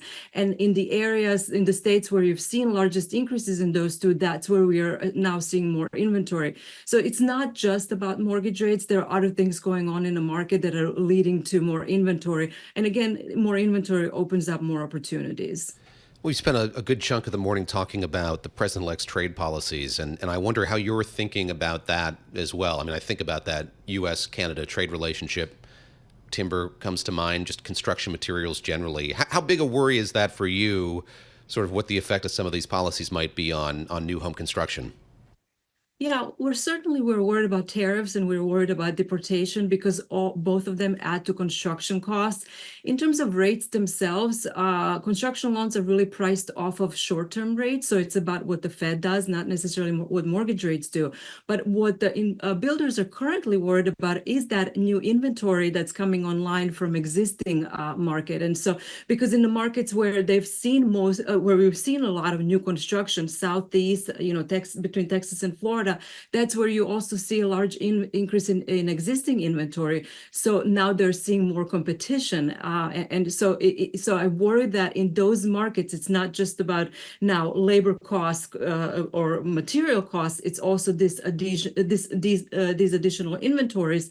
And so they may pull back on new construction. Hopefully that means more new construction in markets that have lagged in terms of new construction. We need desperately more new construction in Northeast markets, Western markets too. So hopefully there is some repositioning of new construction activity because of these components. Selma, you mentioned kind of, some hot markets in Texas, Florida, places like that. A lot of folks were relocating to the Sun Belt. Are we seeing any pullback in those markets yet? Is it still hot, so to speak, from a home price perspective in those markets? Well, actually, those are the weakest markets at the moment. The markets where we are seeing price declines are mostly Texas markets and Florida, particularly Gulf Coast of Florida. So, there are a couple other markets in Northwest, for example, where we are seeing continued weakness. Idaho and Utah, for example, that they've really spiked up during the pandemic. But that's almost an old story. Over the last year, where we see the most weakness develop is in Southeast, in Texas and Florida in particular. All right, Selma, thank you so much for joining us. Selma Hepp, she is chief economist for CoreLogic. Again, 30-year fixed mortgage, 6.69%.